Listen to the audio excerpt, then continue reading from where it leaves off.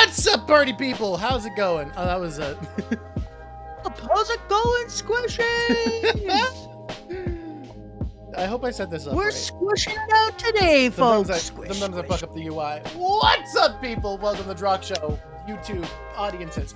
I have been failing to upload videos that my editor has been uploading or editing, and here's what I've decided is I'm going to compile the last few chapter reads into one video because I think that is better than having like a bunch of like loose floating really far behind live reads. So we're gonna get all of them edited, this one included. Those will be up soon. That's the agenda. Your face is a live read. Okay, cool. Welcome everybody. Oh, we got subs. Parker Scott 1 resubscribing for 14 months. Hey, Parker Scott. Hello, Parker Scott 1. You ever see someone sub and they've subbed for a long time and you're like, that feels weird. They've been subbed for 14 months and this name feels new. I guess Parker Scott is just Parker real. Scott is not new. Whoa. I've been paying attention to Parker Scott's name this whole time. You have been, okay. We Vibe. got Quill-Tipped Beak, first time catching live. Welcome, hello. Welcome, Quill-Tipped Beak. Anybody... it's my 21-month. It's my 21-month subiversary. Oh hell yeah! Congratulations for 21 months of subbing. Before we start, I'm just gonna do a quick update.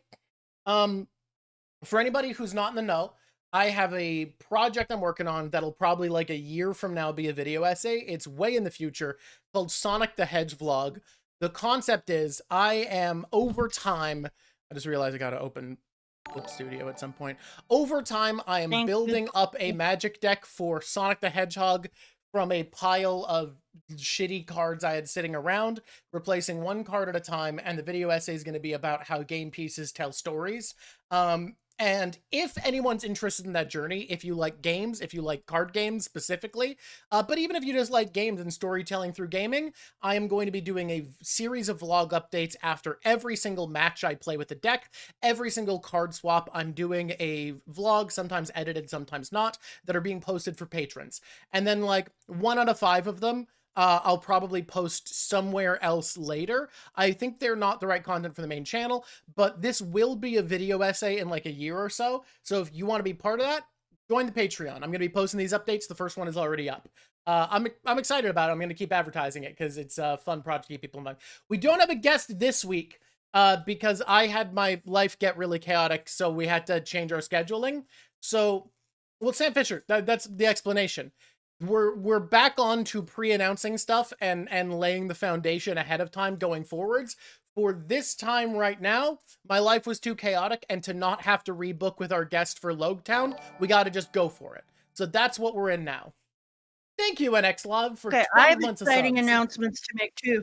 Okay, you make your exciting Number announcements one, my first exciting announcement is I made myself some Bengal spice tea.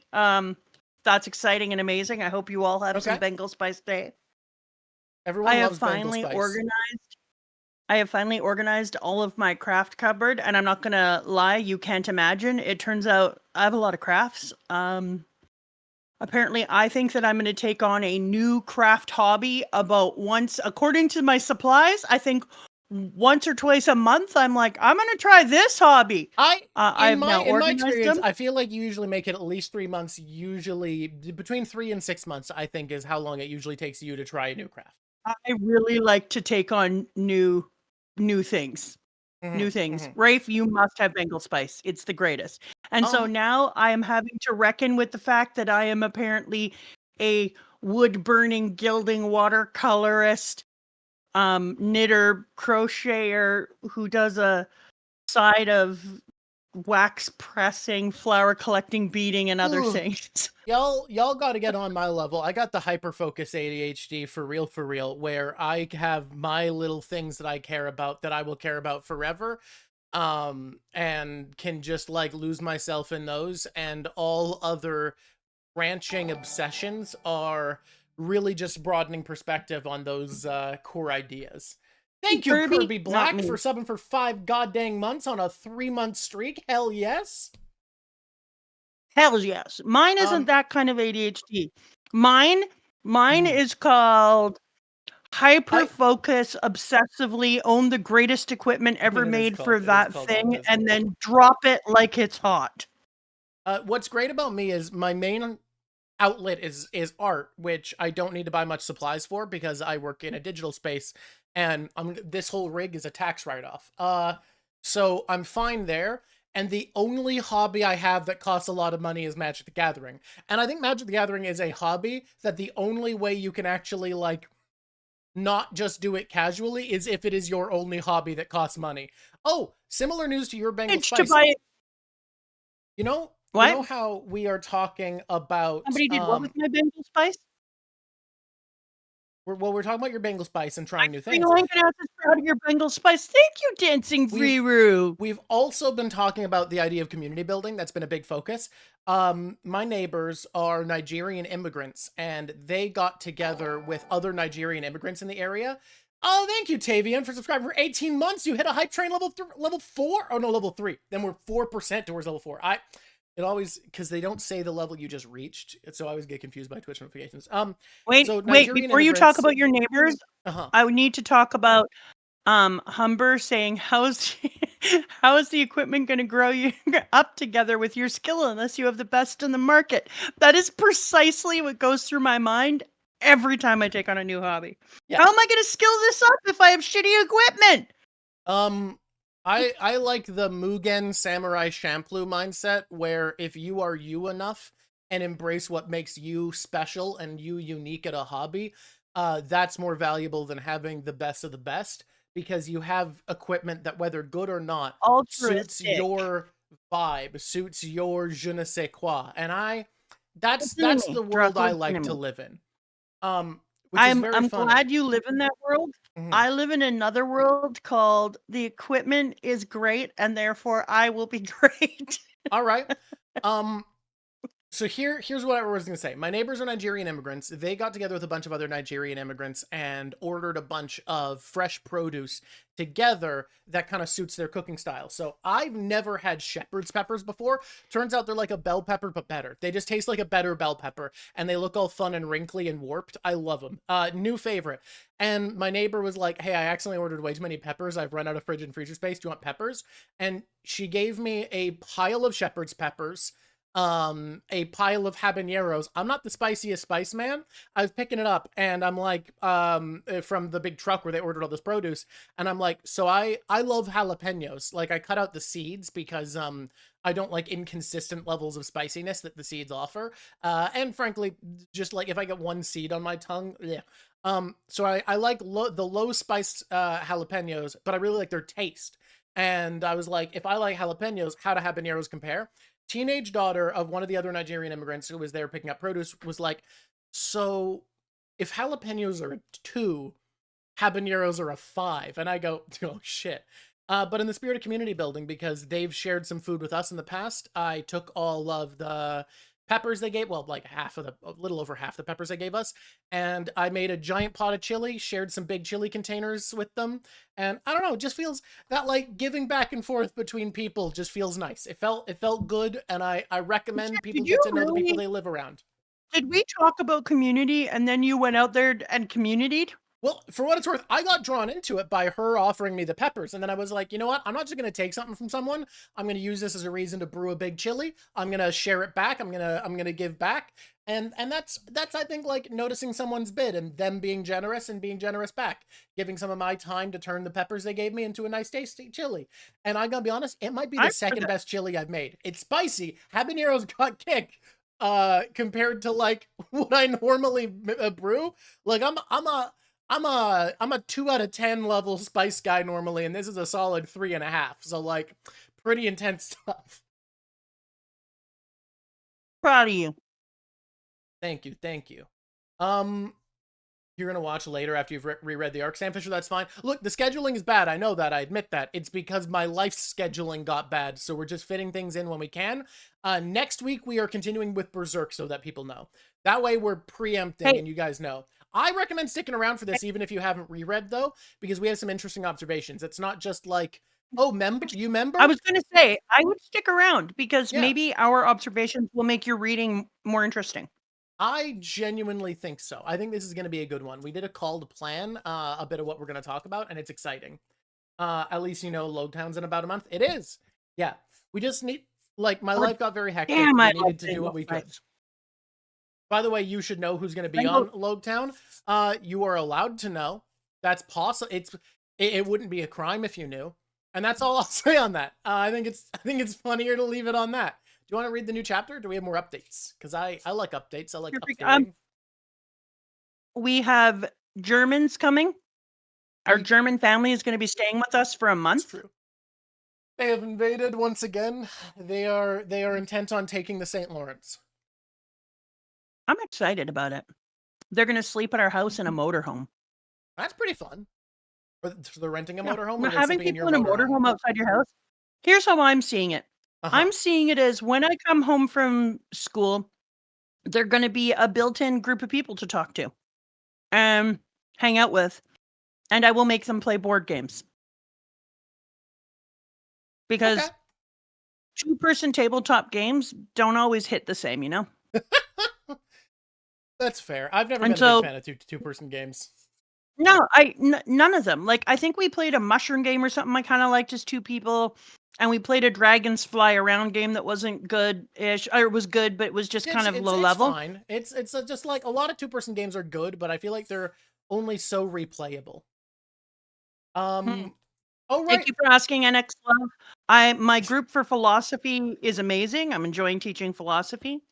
And my group for psychology is only girls. I don't know how this keeps happening, but the counselors keep loading at least one of my classes with no boys allowed. I mean, it's very strange. I'm also going to be real. I've seen a lot of surveys on the political and philosophical values of Gen Zs, and it is remarkably divisive between girls and boys. So at this point, I'm not going to put judgment values on like, oh, boys are in this class, girls are on this class, like on a 90s comedian. What I will say is there is any elective course, any course that is not mandatory, I would expect to be only men or only women at this point. I guess girls and boys. They're little kids. I forgot. I'm used to thinking of school as a place that adults go because I spent so long in college. Stop you on your rant, because in the rest of the school, Psych 11 and Psych 12 is very generously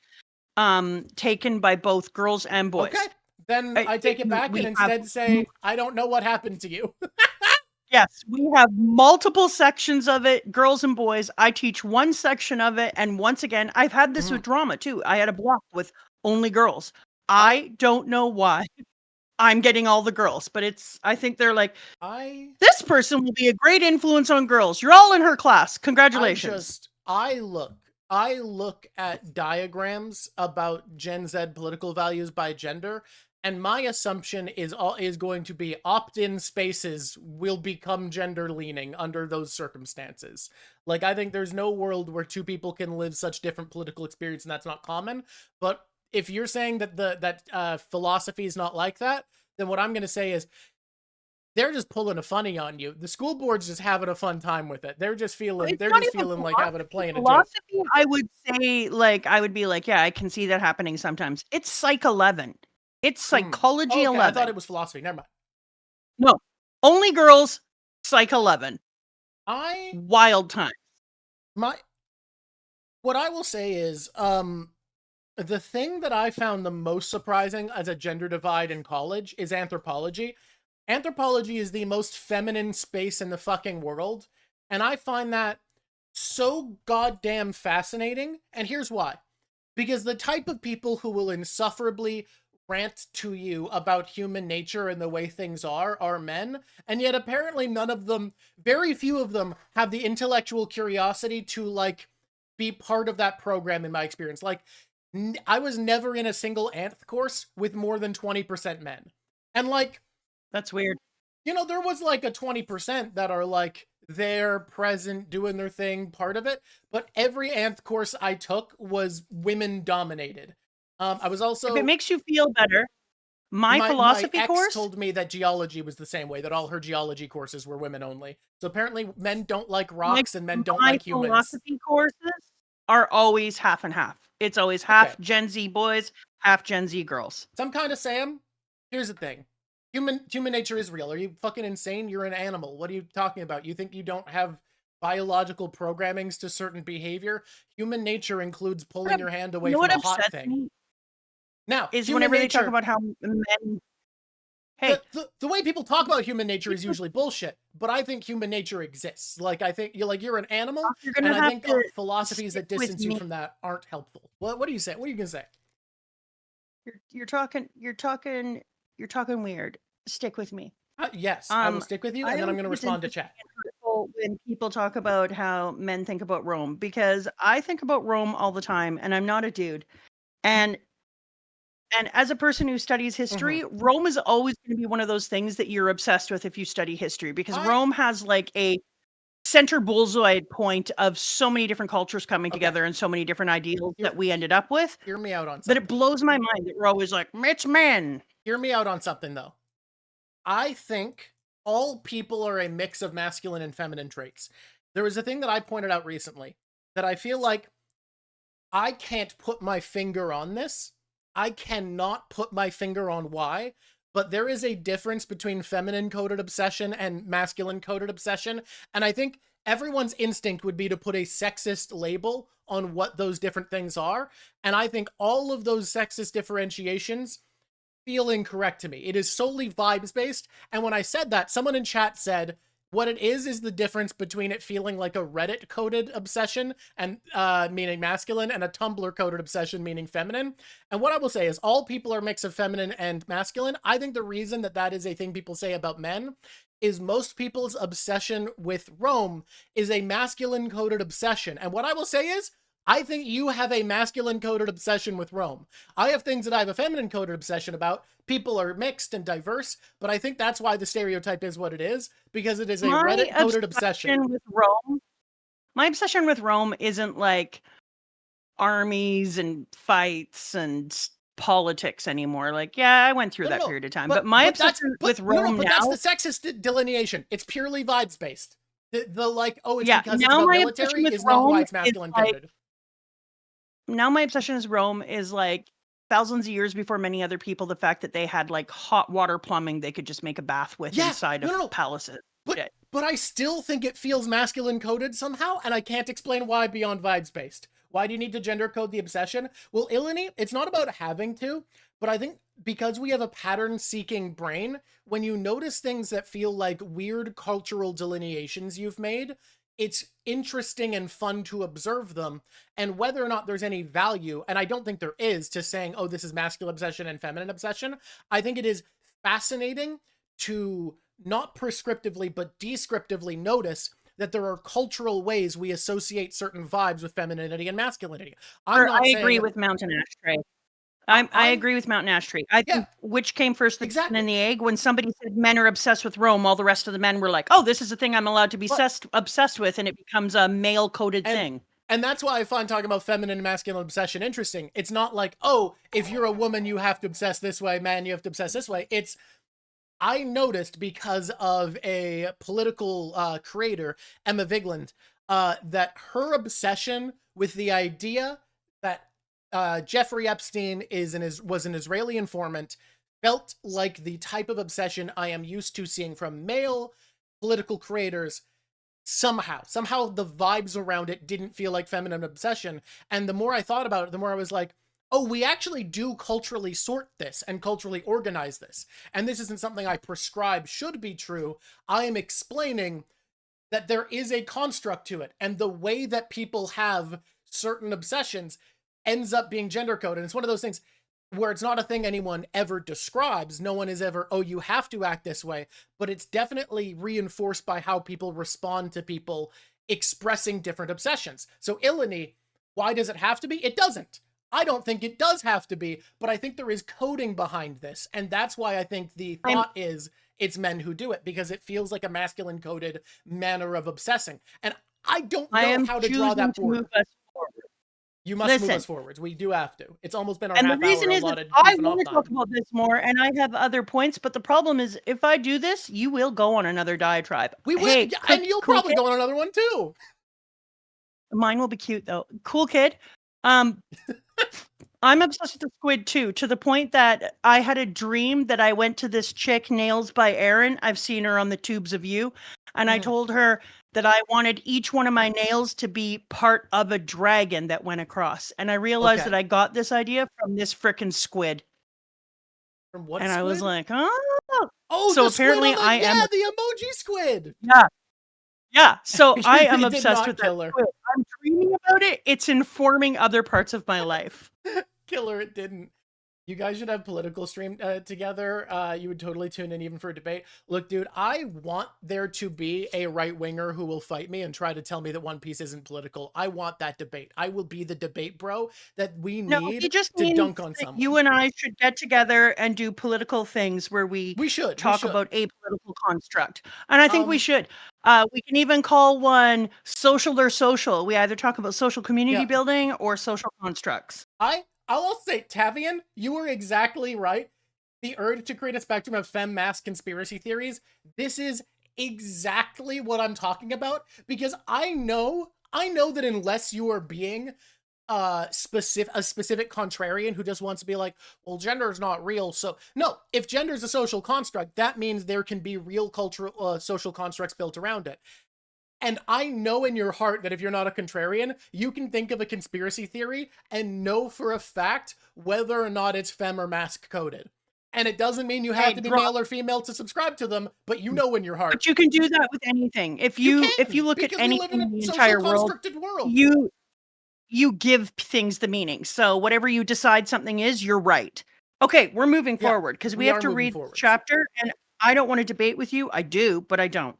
Killer, I actually don't think Oda's a communist. I think he's an anarchist, and I think most of the literature actually supports that. And the more we look into it, Kaido actually seems to be a denunciation of Stalinism and Maoism. So I really think he's not a communist. I think he's an anarchist, and those are very, very philosophically different. Momo is instant ramen, then anything is possible, and Momo is instant ramen, therefore anything is possible. Oh man. Oh man. Yeah, I'm here reporting the facts. Yeah, you're right. You're so true, and you should say it. I'm just here reporting facts. That's just all I'm doing. Okay. First of all, on page 1, I like how Yamato's shirt, I've never noticed, has triangle nipples on the front of it. That's all I'm going to say about that. When you see the shirt, all you think is triangle nipple. And if you don't, you're not looking at it right. Look! Yes, this is the Drawk show where Oda's an anarchist and Momo's soup, but I'm right, goddammit! I'm crazy, but I'm right! Stay with me, Drawk, or I'm here. It took me a second to get the chapter open. My browser was being weird. Alright, I have full screened it. I'm in it. It is diamond nipples! They're little diamond nipples, that is true. Dude, I love this fucking character arc of vassals of Kaido becoming vassals of the new Odin. There's something fun about this. It's also kind of weird that they have decided to eat apples in the freezing cold snow. You know what I have? I have a high... You're welcome, Rafe. I have a high desire to go to Japan and in a snowy place. Like there's a couple of places that get the snowiest snow in Snowville. Yeah. And do all the snowy things in Japan. And I also have a high desire to camp in the rain because when my brain is going, zzz, then I go online and watch people camp in the rain in Japan. I don't know. It's a thing. And so I have these things, but I think that my height would make it so that Japan was never calm and happy for me. That every single moment that I was in Japan as a 6'2" woman, you would be an the whole time I would be a freak show. You could never be like, oh, look at this. Like I could go to Japan and I would get the experience of, oh, look at this cool place where the government infuses money into a cultural center so that these swordsmen can continue to practice traditional martial arts because this country believes in the idea of culture being human, of it needing practice and knowledge to exist. These men are libraries of the past. And the experience you would get is that illusion is shattered because I am fully aware that we live in a globalized world because I am a touring oddity that has come through like the circus for these men who are now too distracted by me, the visiting tourist attraction for them. Yeah, you would be Yeah. a constant reminder that this is artificial, that these are just Exactly. guys, because they're like, Exactly. whoa, fuck, she's tall. Like I they don't look at my think weird hair I for don't 2 think I seconds would and move ever on. get an authentic experience because I would throw everything out of the paradigm so far. Japanese people would be like, "I can't focus. Has anyone Mhm. else noticed she is 6'2"? They would just stare at me. No, And Mountain for Ash instance, when I she was would come across as cool, but like I need to express. There's a moment that I got informed of. An ex of mine was by, and she went to a wedding, and there was a woman there who was like 6'7", and my ex tried to flirt with her, and all she could do was laugh really awkwardly and say, "You're so cool," and that woman probably felt cool in that moment, but she also felt like her presence dominated the entire space and affected everyone around her and was unignorable.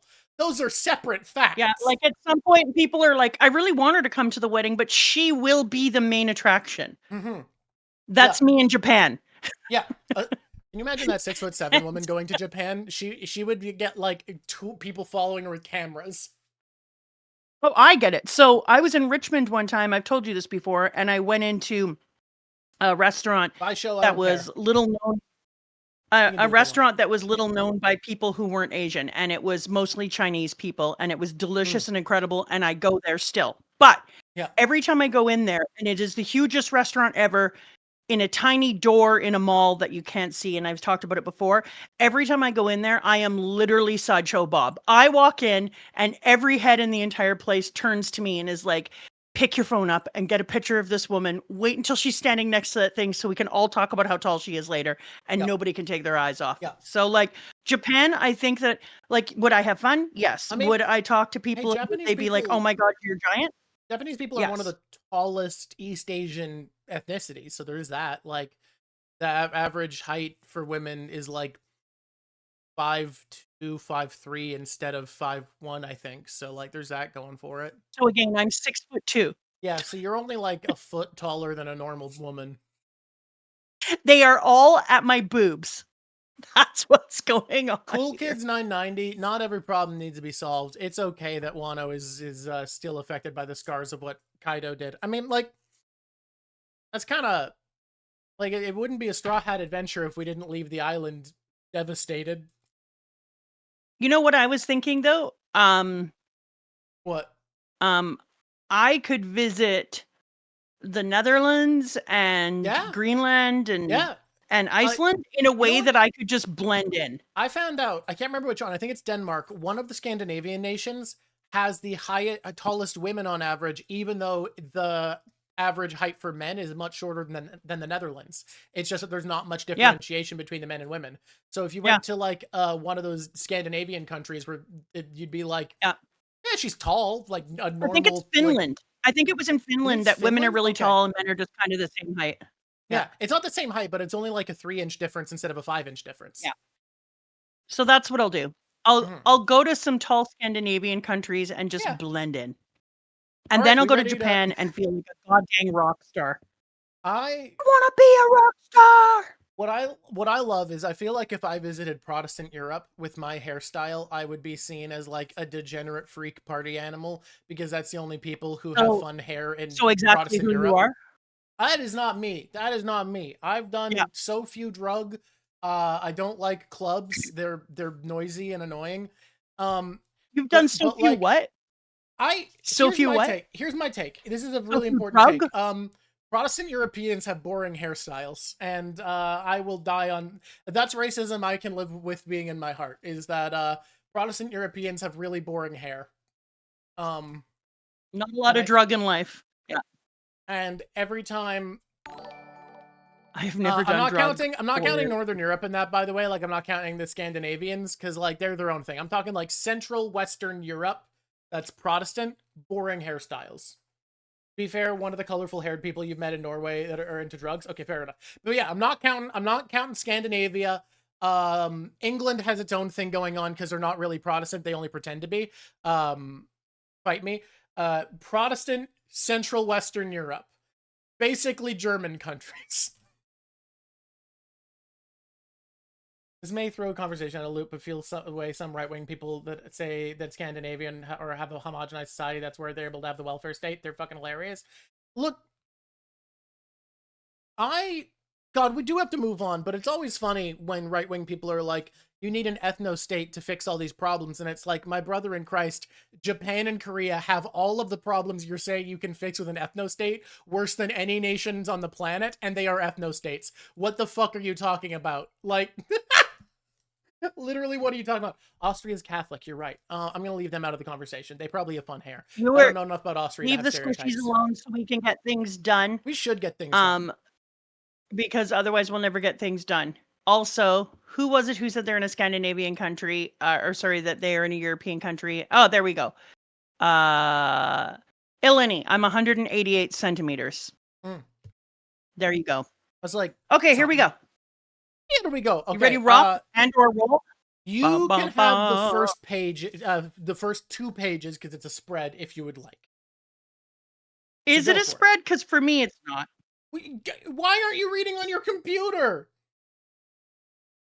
Why do you always try to make me read on my computer? So that you know when there's 2 pages and you don't keep fucking it up. Hey, Drawk, my squishies, they require me to live by my tropes, and this is one of my tropes, so I wouldn't mind if you quit shitting on it.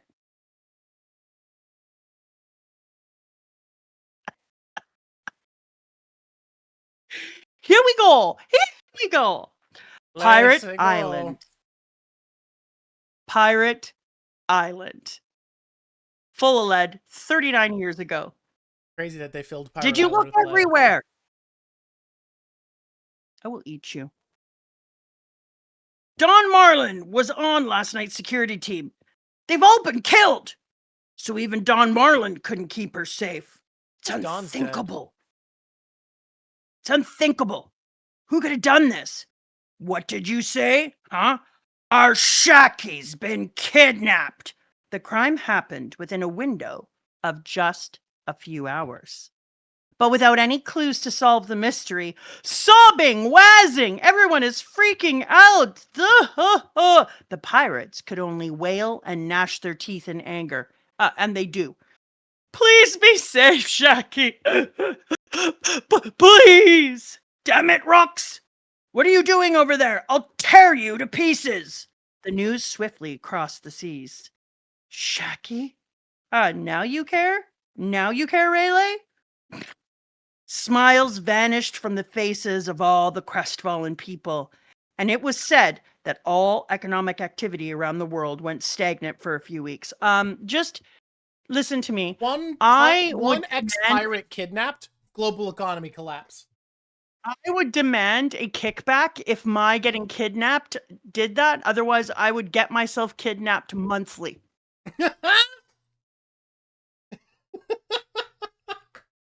I would be like, no, bitch, do you want me to get kidnapped again? Get your shit together. All right. 1 year later, God Valley, West Blue. Oh, darling, I'm so happy to see you. It works out because his name sounds like Darling. We get an established shot, God Valley. I always believed you would come back. Shamrock, Shanks, it's your father. ... I never noticed that God Valley actually looked like 2 hands coming together in prayer. Carry on. Oh, it does! I had never really thought of it that. That's really cool. You had twins. They're adorable, he says menacingly. We see the yes, and they're yours. Now you can live here with me. Oh, if they're living anywhere, it won't be here. This island will cease to exist soon. Huh? And I've already special ordered a wife who is befitting of me. Oh. All I have to do is make her mine to win this all I have to do to make her mine is win this competition. Thank you, Ozzy. Competition? That is so rude. And then we see her hand shaking. We hear, and he stabs the mother of his children in front of the babies. She screams in probably, I'd imagine, pain, anguish, death, whatever you want. Begin the preparations, he says into a little snail. Yes, sir. Disembarking now. The Marines hit landfall.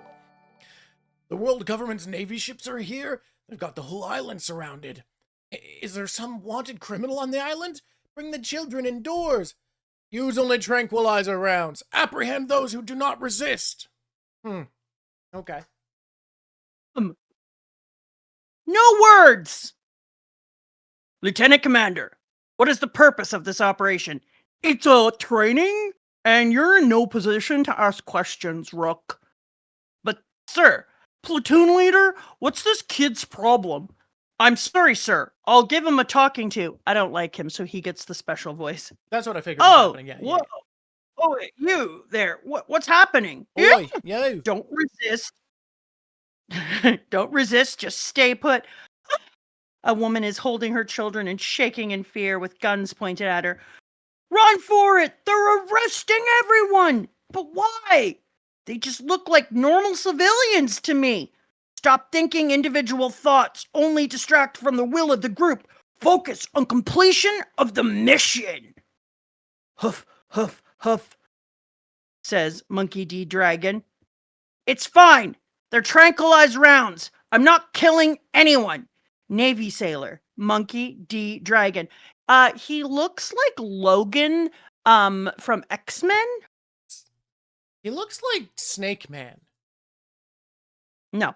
Future Revolutionary Army Commander and the father of Luffy. He has the dark rings around his eyes. He has the widow's peak, the big hair. He's Snake Man coded.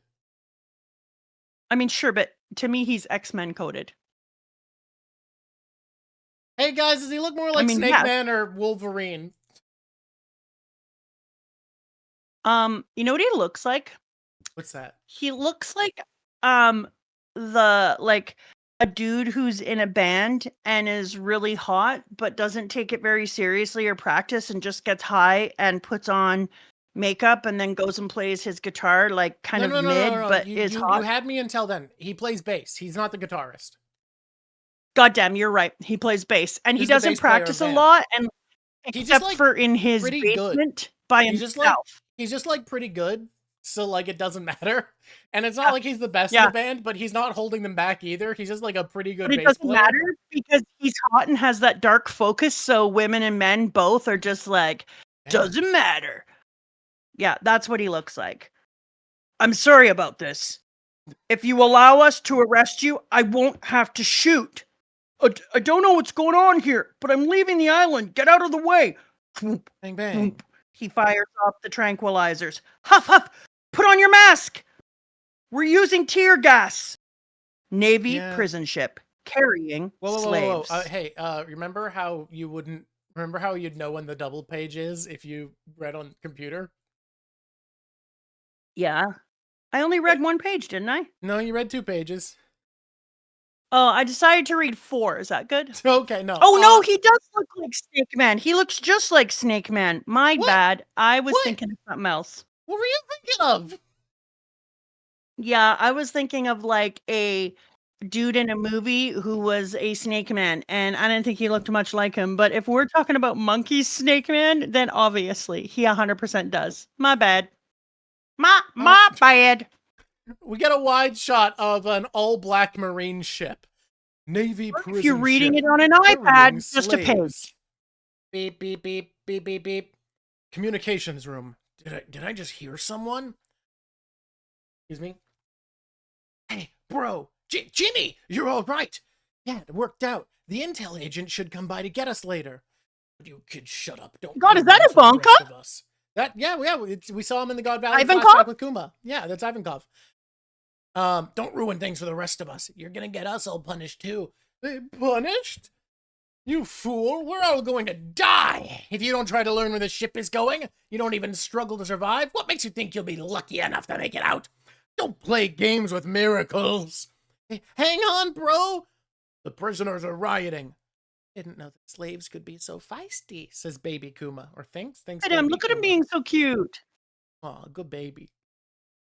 Cypher Pull Agency.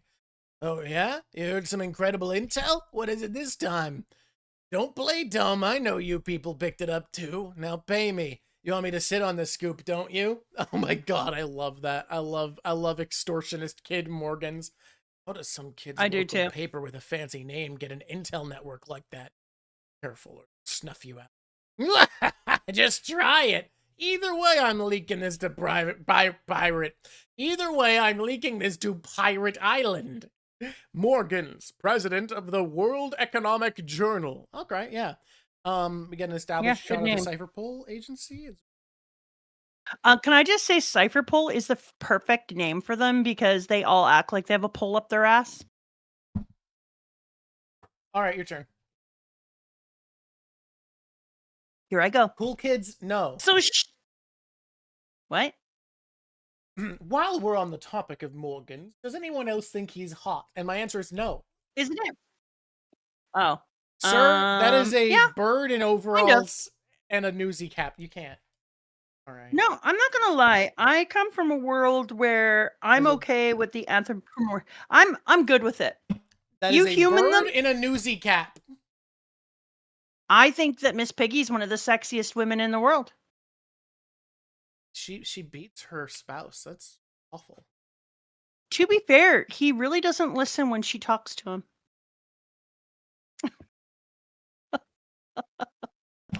Domestic violence is not okay. You ready? He's also Hi! All right. Here we go. All right. Your turn. So, Shaggy's still alive? Are you serious? Where is she now? What a relief! God Valley, where is that? That seems fishy. You sure about your source?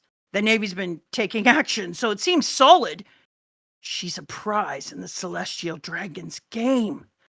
So that means whoever kidnapped her was with the government? Damn it! Shaggy! It's the Celestial Dragon's manhunt. I always thought this was just a tall tale. They've got devil fruits, too. Kaido, you wanted one, didn't you?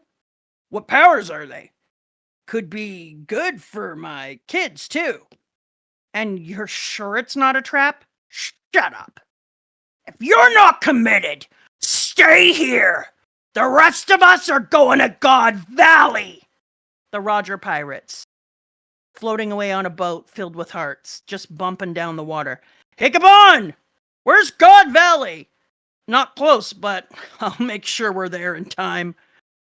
We're going, right, boys? No question, they all say on Roger's ship. Really cares, but as long as it doesn't tie him down. Look, everybody's got their own values, and clearly they made it work, because she's like, yeah, he spends half the year with his other girlfriend or something. I don't know. I don't care. That's how Miss Piggy and Kermit the Frog feel. That is not how they feel. There is no symmetry between Kermit the Frog and Miss Piggy and Shaggy and Rayleigh. The symmetry is you don't know people's relationship. You don't know people's relationship. Insofar as if it works for them, that frog is constantly, clearly in discomfort.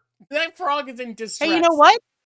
A couple of times, Miss Piggy backed off, and he kind of got really upset and depressed. I remember. So we don't know what works for them. Here we go.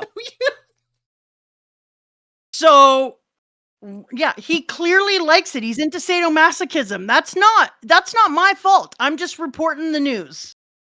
So Rox is on the move. I think he's in discomfort here, but I don't think this is the way the relationship works. Is sometimes she gets kidnapped and ransomed as a prize in a game of murder, in a game of genocide. After her, and she's like, "Where is he?" And he's like, "Never mind, baby." Whereas Miss Piggy and Kermit are at least with each other. He's not playing some runaway game. And now. They made it work. I'm talking about the future. I'm talking about when it's together. They needed to find their balance, and they did it. Kermit is really into a leather mama, and that's his business and not yours. All right, move on. So Rox is on the move. Don't let him get the jump on us. It took just the tiniest bit of classified intel. We didn't think Roger would get involved. Lead with that next time. I'm going. Hey, it's to set off all the fiercest warriors of the sea. All right, now we got establishing shot of a gigantic boat, huge. It's a giant ship! Who cares? Sink him. No, wait. What is it, Rox? Don't slow us down. I was told to stop a certain pirate crew that was infatuated with a single woman, Rocks. If we make use of our strength, it would be child's play to sink your ship. Do you see that boat in the distance? We've got government monitors. And you think that's winning you points at the world's government? Don't underestimate what we can do, King of Giant Oafs. Does it please you to serve the government that sits on its comfortable perch and watches us destroy one another?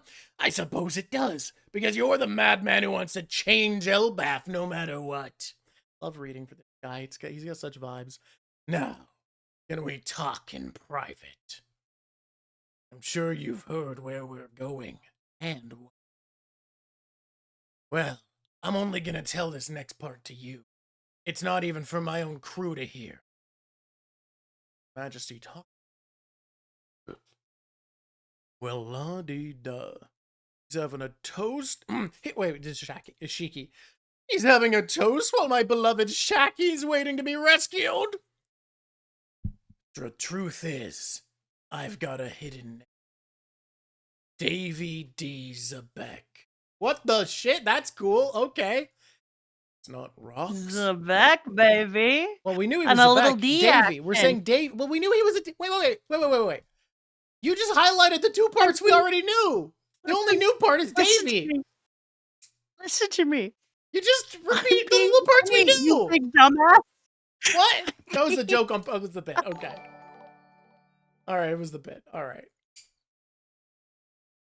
So he's attending Davy Jones. I'm gonna finish the page when I want to, Dexter. You know what? Now I'm not finishing. I'm kidding. It's not Rocks. The name of a clan that I suspect the world government has long tried to cover up. Descendants of the legendary pirate, Davy D. Jones. We took root in the criminal underworld and continued to eke out a living each day. Now it's your turn. Nice. That's amazing. Okay, wait. I'm just gonna... My timing was either great or terrible. You see, 2 years ago, I had a kid. And to make sure that danger couldn't befall them both, I sent my wife and child to my homeland and told them to seek the Davy clan for help. I see. So your kin and your wife and child are there in your homeland. And why would you admit this exploitable weakness to me? My home is God Valley. That's so cool. Oh, man. So this is So just the a fucking government coincidence did that this he's so invested in this island. Yep. And yeah, Blackbeard and Shanks have the same homeland. Yeah, so all my pointing out that they have so much symbolism and symmetry together is not for nothing. What if Shanks is part Davy family and part Celestial Dragon? Because of the mother? We don't even know. Yeah, because that island is where the Davy clan lives. So the government did this as a means to lure you into their clutches. Nah, the Celestial Dragons are converging on that island. They don't want me coming there. That was a miscalculation on their part. It feels as though some great act of fate is pulling all the strings behind the scenes. Kidnapping Shaki was their fatal mistake. As long as my wife and kid escape, I don't care about the rest. Whoever's side fortune is on, Harold, it doesn't feel like mine. So lend me your aid. I refuse. I'd rather sink your ship right now. That's your choice. So be it. Don't attack him. What? Though hard to believe, once every 3 years, the Celestial Dragons choose an island rich in resources and unaffiliated with the government. You soft coward! And carry out a manhunt game there, slaughtering all of the natives. No, like for somebody real, help! How do they not run out of islands? If they've been doing it every 3 years for 800 years, how are they not out of islands? People A move and B, we created more oceans. So I guess people more just islands. keep settling the exterminated islands. Yeah, but like we don't know it's been for 800 years. I guess it's not hard to rebuild islands. It feels like they'd run out, but I guess people can leave the government. I guess. You continue. Okay, carry on. Yeah, you know, you Try to be Oh, shocky. yeah. Okay. Look, I can do a great Shaki. Don't worry. Okay, Although I don't know try. if she's actually talking here much. Let's see. The day of the God Valley incident. In addition to the rare and exotic devil fruits, we have here our grand prize of the event.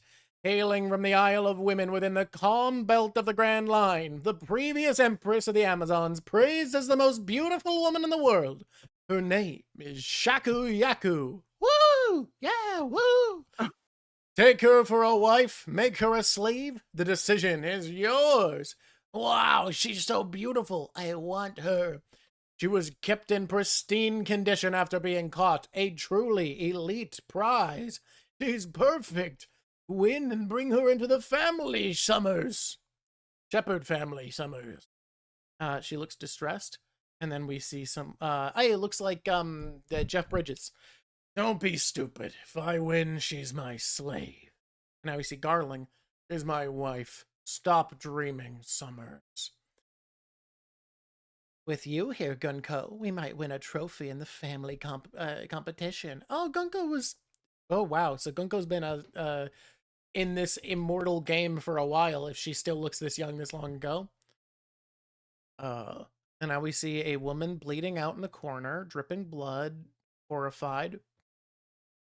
Please, get my children off this island. Don't let them have them. Come here, Teach. It's all right. I have to live through this. What the fuck? Teach got saved by Dragon. That's great. That's great. God.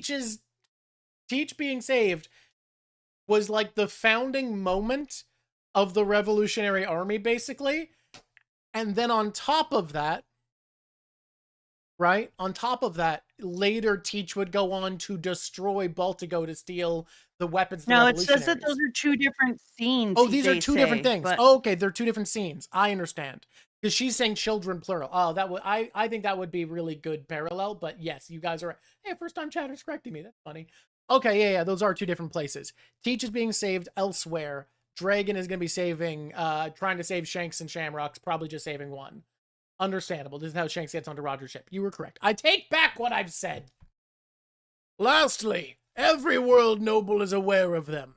In addition to the Buccaneer boy serving as a super rare rabbit in this contest, we've found another target who's been found at long last after 800 years. The Davy Clan! And then everyone cheers. I don't think Shanks and Teacher had frat brothers, but like, yeah. After 800 years. So that supports that whole Davy Jones, Davy Clan flooding the world narrative. It also supports the idea that Joy Boy's real name is Davy D. Jones, because like that would explain like how the D clan got split the way it did, that there are his literal descendants, the Davy clan, and there are those who carry his will, the descendants of his crew who have passed on the name through inspiration, the name D. I think that's my current theory, because we're talking a lot about duality. So I like the idea that if we see him both as the devil and the sun god, that the Davy clan has its literal blood descendants, and it has those who were inspired by him. That's kind of my thinking. Geographically, too, now that I see those hands as prayers, and I like to think of the Davy clan as flooding the entire world as a way of saving the world, especially if the Davy clan... because he's the sea god. Especially, though, if the Davy clan could have any kind of link to fishmen. I don't know. Anyways, the Prayer Hand Mountain here in God Valley almost feels like a Mount Olympus that has been flooded and only the top of it with the prayer hands are poking out. Guys, I've got great news. We've broken the record for establishing shots of island since I started tracking last chapter. We now have a record of 6 establishing shots of islands per chapter. That's pretty great. It's beyond great. And this week we're getting a new one. Does it say break? Does it say break next week? Let me take a look. No break. It says no break. Next one in 7 days. No breaks till London, and then we keep going. So Blackbeard versus Luffy is going to be a fight between the inherited Joy Boy's will and his blood. That's my theory. My theory currently is Davy D. Jones is Joy Boy, and you have the people who are descendants of his crew that carry on his will, the D clan broadly, and you have his actual lineage on God Valley. That's my thought. You're starting to believe the D predates the concept. I think Dancing Viru, there's a chance of that. I think there's a real chance of that. The Navy is tranquilizers. They could put targets on sleeping people. I mean, that seems to be the implication, yeah. That feels like what's up. I think that's true. Pretty bullshit. Want to know how I feel about this? How do you feel about this? Pretty bullshit. Okay. You want to tell me how you really feel? Pretty bullshit. I feel like that is absolutely true. I feel like Shanks is part Celestial Dragon, part Davy clan. That feels like it makes sense. Yeah, but so is his brother, his hot, very bad brother. Yeah. Well, that's part of why I think we're gonna see Davy D. Jones be Joy Boy, because like I think we are meant to talk about duality here. Yeah, but now I think it'd be less cool to have a fight between Blackbeard and Shanks than it would to have a fight between Shamrock and Shanks. Again, Shanks and Blackbeard are too tied up with each other not to interact, not to have a confrontation. Like, no, I think they have to interact. I just don't know. Half of Shanks' dialogue is about Blackbeard being a threat. Like, literally half of it. Yeah, but on the outside edge now, I don't know if I don't think that Blackbeard might come around and change as a person. What if Shamrock only and saying this Blackbeard because team up to kill Shanks? the fact that the entire world and the history here between the giants and all the other people and the fighting that's going back and forth with Rocks and him and saying you've chosen the wrong side. It would be interesting if years and years later, Blackbeard came to the realization that he was never on the side of the government anyways. And so why would he be on the killing Shanks side? And that unless they come together, they're not going to be able to defeat the government and what they are doing. Okay, allow me to pitch you a scene that I think is really funny. Are you ready? Ready. All right, so sorry. What does this have to do with killing Harry? I'm telling a story. So now, from what I figure from conjecture, Blackbeard was probably there. Because we know he's the son of Zebek. Why we know that? Why would we? Shut the fuck up! I'm telling my goddamn story. So I'm pretty sure his mom was like, okay, Blackbeard, his name wasn't Blackbeard, of course. Teach, you gotta go. And meanwhile, Monkey D. Dragon was a Navy sailor. My dad? No, listen up. So Monkey D. Dragon comes into a room, and the woman who got stabbed earlier is like, save my children. He's gonna put one of them in a treasure chest. And probably both. One of them, though, gets found by Garling. Who's Garling again? He's the guy with the moon hair. Keep up. I know it's actually omniscient narration, but it's very funny to imagine Loki explaining all of this. It's so funny for me to imagine that this is all Loki explaining this. I'm gonna reiterate this. Yep. In order to be hot and smoke, you need to hold it in your fingers more and use it as a pointing stick. I feel keeping it in your mouth just really feels like plumber smoking while doing the pipes. Can I say a thing that I think Oda has painted himself into a corner with? He's had too many times where he's like, oh, there's an incredibly hot woman. Because, like, obviously he starts with Nami, and he's like, people find Nami hot, and Sanji's all into her. So we make Nami pretty. Nami's pretty. And then he's like, okay, so we need to have, like, the most beautiful woman in the world of Boa. And I think looks hotter than Nami. You did it. And then you're like, okay, so Shirahoshi has to be a beauty rumored to be on par. And first of all, that's a 16-year-old girl, so weird already. But yeah, draws a very pretty looking mermaid. Okay, we've got it. And then we run into Komurosaki, and it's like, okay, so like, she's said to be so goddamn beautiful, and he pitches it pretty well. And I think the issue is, now we have 4 women. Changes the economy if she goes missing. Well, yeah, we have 4 women. We're chaining our way up, and he's like, so I need to draw the legendary beauty of Gloriosa, but I also need to draw that she's clearly less attractive than. Yeah, Wano's close up, but she is said to be the most beautiful woman in the country. She doesn't need to be more beautiful than Shiroshi and Boa, but she needs to be like country famous levels of hot. Yeah. It's not like, but it's still. We've reached a point now where when you've done this, oh, this person needs to be impressively beautiful for the 5th time, it's kind of just hard to meet the bar you're setting for yourself, you know? Like, it's hard for it to feel, like, exceptional.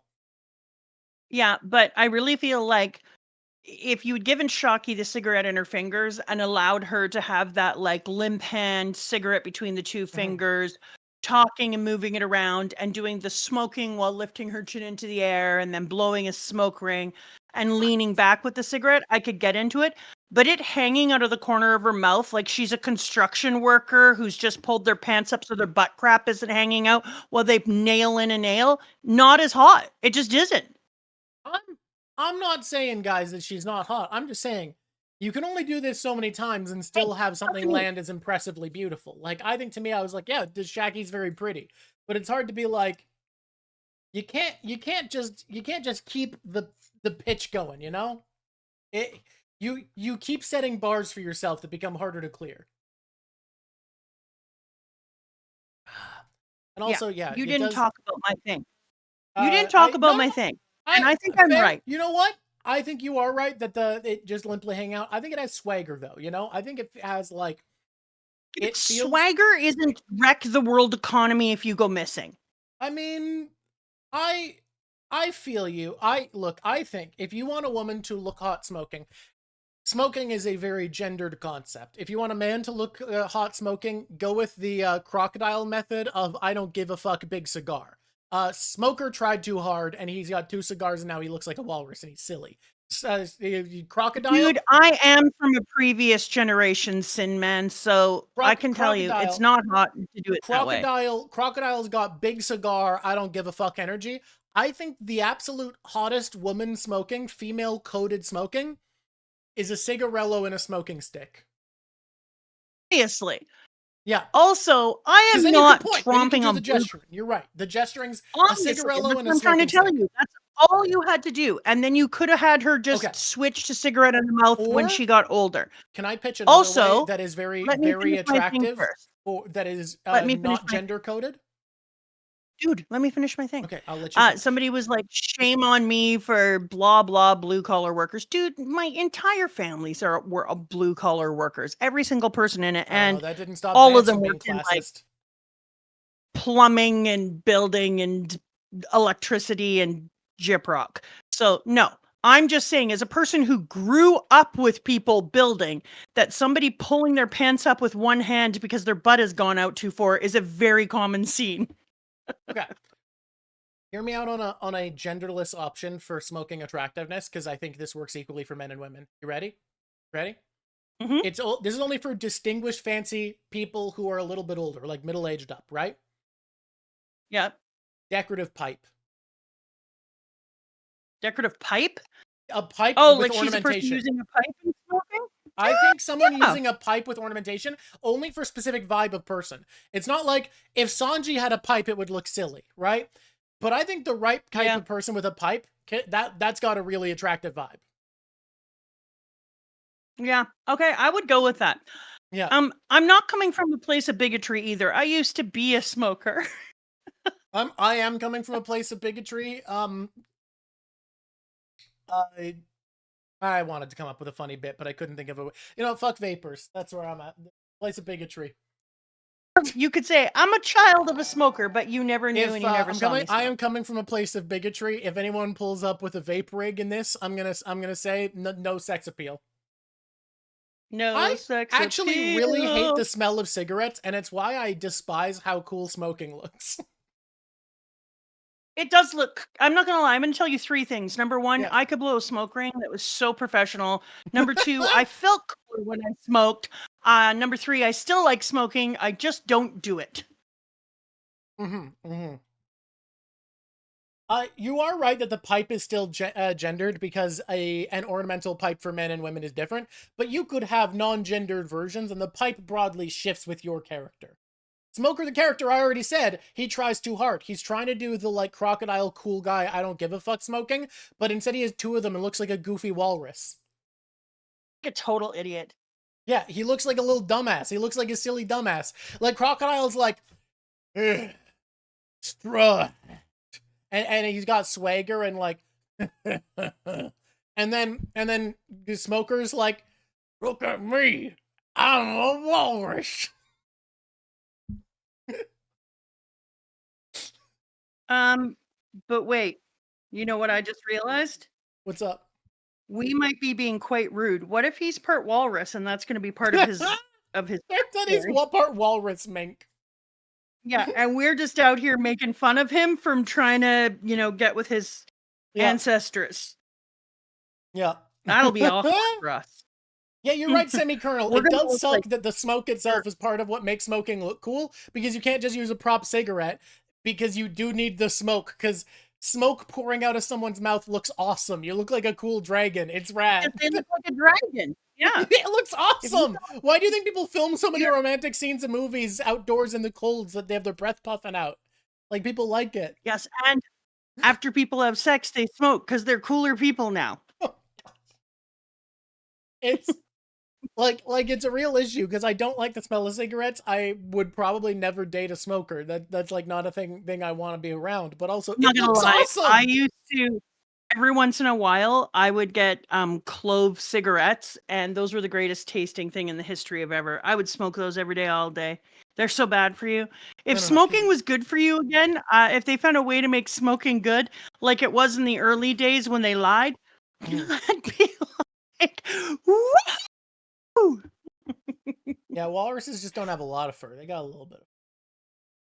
You need to stick with me, Drawk. I'm with you everybody. Need to stick with me. I'm with.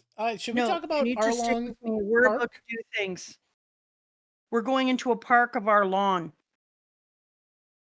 or as I'm going to call it, ARLONG. Park-long. Okay. What are you doing? What are you going to call it? Park-long. Park-long R. Yeah, Park-longer. Park-longer. That's what I'm going to call it. Okay. Here we go. Once upon a time, there were people in the bush. They ran around like a bunch of dumbasses. All right, people. And I gotta before ARLONG Park. Before we do the switch, I need to. Hello, Frostfire. Guys. Seals look like they don't have fur, but they have fur. This is a harbor seal. The seal you're thinking of, the common seal. Look at him. He's a fuzzy little guy. How do people think that seals don't have fur? Seals are furry. When they're wet, their fur looks like slippery skin because it's got oils in it. But like, this is them. This people don't live in beachy places that they don't know seals are. All seals are furry. Yeah, they're just little guys. What doesn't? I think they're maybe elephant seal. Elephant seals have hair. Elephant seals. They have very, very thin fur. It's like they're like a fuzzy peach. Look at him. He's got fur. It's just very, very thin. Yeah. It's okay, little elephant seal. All seals have fur. Someone specifically said walruses are what doesn't have fur. I think walruses have sparse fur. No, walruses have like you know what? They're mostly skin. They are mostly just skin. I thought they had more fur than this. They have fur around their face, don't they? Yeah, they just have whiskers though. I thought they had more fur than this. Yeah, they're very gross looking. Let me see. Go bigger. I don't like this actually. No, that's still fur. That's still fur. They do look like naked mole rats, but that is still fur. Looking at them. Is that fur? That looks like skin to me. Look it up. No, this is fur. Look, I found another picture where it's clear that it's thin fur. It's just really thin fur. They all got Look at that like fuzzy texture. Yeah. Yeah. Drawk Shaki reminds you of Monica Bellucci in I don't. Guys, who's that? Combo started. What's a combo? What's happening? Combo started. You have 1 minute left to join. What's a combo? Why something's happening. You know, I it'd be don't- helpful if they told us what a combo was. Guys, why do pinnipeds need an exception? Everybody's like, who's the exception? Pinnipeds can all have fur. They're allowed to all have fur. Porpoises aren't pinnipeds. You think most whales don't have fur? Yeah, but they're not like, they're not pinnipeds. We're talking pinnipeds here. Did you notice there are now 9 chests instead of the 6 shown in the Okay, flashback? Drawk. Oh. Drawk. Yeah? People are pressing combo. Guys, there's combos happening. People got a combo. And then we can intro. Holy shit, there's more combos. I don't know how to join a combo. I have no idea. What's my A favorite bunch of type people of spam mustelid? the same emote. Guys, We have to have the same emote. I don't know what the emote is. So many good mustelid. That's so hard, dude.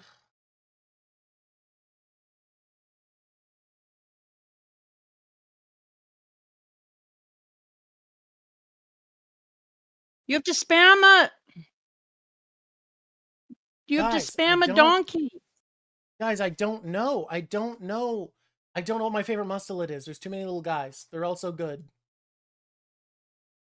You think Shanks and Shamrock are part of the Davy clan? Yeah, I do. I think that's likely. I think that is the best use of the You set. got so used to doing this on your own, you've forgotten to talk to me. No. I think it. I'm just left out on the cold. I'm gonna show you a picture of me. You ready? Well, here's the thing. This is me. If people ask my opinion on animals, animals are very distracting to me. I like animals.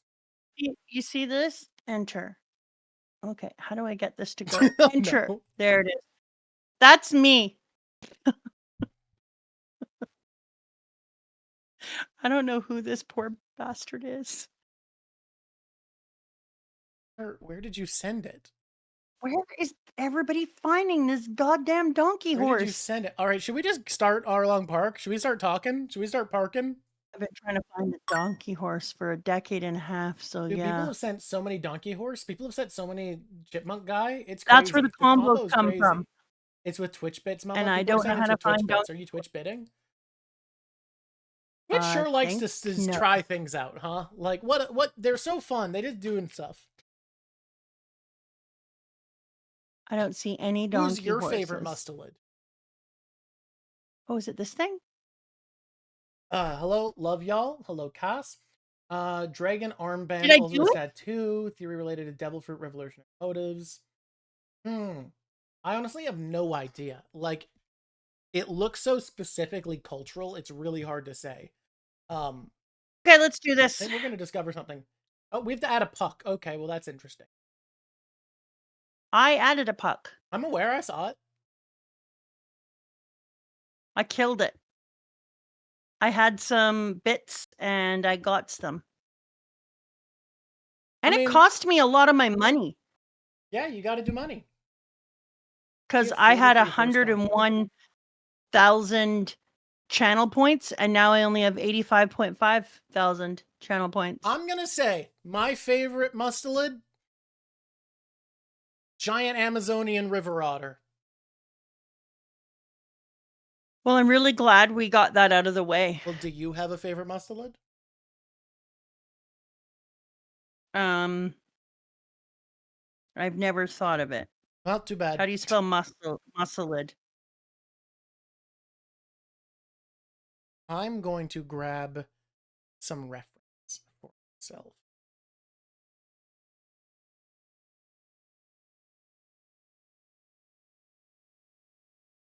Did I watch the Stoat season of Dimension 20? There's a Stoat season? Guys, we sent 43 horses. We did it. Those are puck.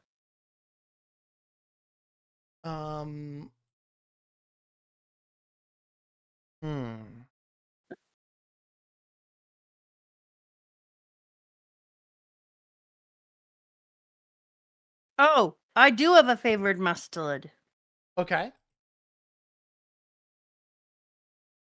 It's a ferret, and everyone can bite me. I think they're one of the greatest animals ever. If I had the patience, time, and ability to lose a ferret in a house once a day, I would get a ferret. But the problem is Ferrets are too smart. They escapees. They need constant attention, and they're a bit stinkical. But I love them. They're very cute. I'm a big ferret believer. You just need to washes them, and people don't washes their ferret much. But yeah, I love a ferret.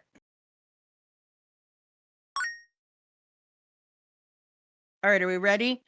I want to rock and or roll. You want to rock all night and roll every day? I want to rock and roll all night. It is spoken like a raccoon girl. All right, I have my setup. I have my reference. Hey, why are you choosing what you... Wait, Arlong why are you choosing the draw? I got it because this is mine. This one's for me. Because you already did one. You did Romance Dawn, so I get to do it. Oh, is this your tattoo? Yeah, I get to do one. I figure if it's just the two of us, we'll just swap back and forth. So it's my turn. I really like that for us. Okay. Yeah, I'm excited. Can I start the pit now? Is it going to be about Arlong Park? Well, here's what I'm going to do first is, what's up, YouTube? Welcome to the Arlong Park re-review, where we're going to give you our unfiltered thoughts. Some of which are going to add breathing new life into this, make you appreciate it more. And some of it, I'm going to make you realize that things that you love have deep flaws, because that's what I had to go through here. Then Mama's going to come along and she's going to connect it to things that you're going to be like, Mama's crazy. Mama smokes crack. Yeah, I do. You know the story. You know I accidentally smoked crack. Yeah. Anyways, Arlong Park, isn't that one where people ride in an octopus bucket a lot as a central part of the plot? Yeah, Arlong Park, isn't that the one where Nami punches a kid in the face?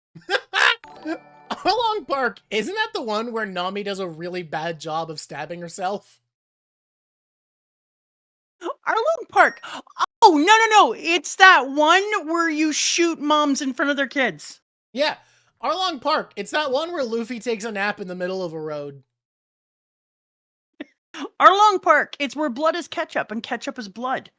I stole this one from chat. Hey, Arlong Park. Isn't that the one where we finally meet someone with a bigger nose than Usopp? Oh, shade. Arlong Park. Isn't that the one where we think there's racism, but it's really reverse racism? Arlong Park, isn't that the one where Usopp fake dies twice? Arlong Park, isn't it where we first learn how to walk as a group and look really cool? I feel like that's good. I feel like we're good. I mean, of course, look, I gotta be real. Of course, Zoro doesn't care about six sword style, guys. Do you think you could meet someone with the, like, vibe of Hachi and take anything he does seriously? I couldn't. It is time to do the piece of one. It's time. One Piece. Arlong Park. What chapter are we starting on? 69? Excellent. Oh, hey, I wanted to brag about something. You know how we usually brag about and talk about things at the beginning of our episodes? We did that for half an hour. No, we're in a new episode, so I want to brag about one thing. We do this sort of stream.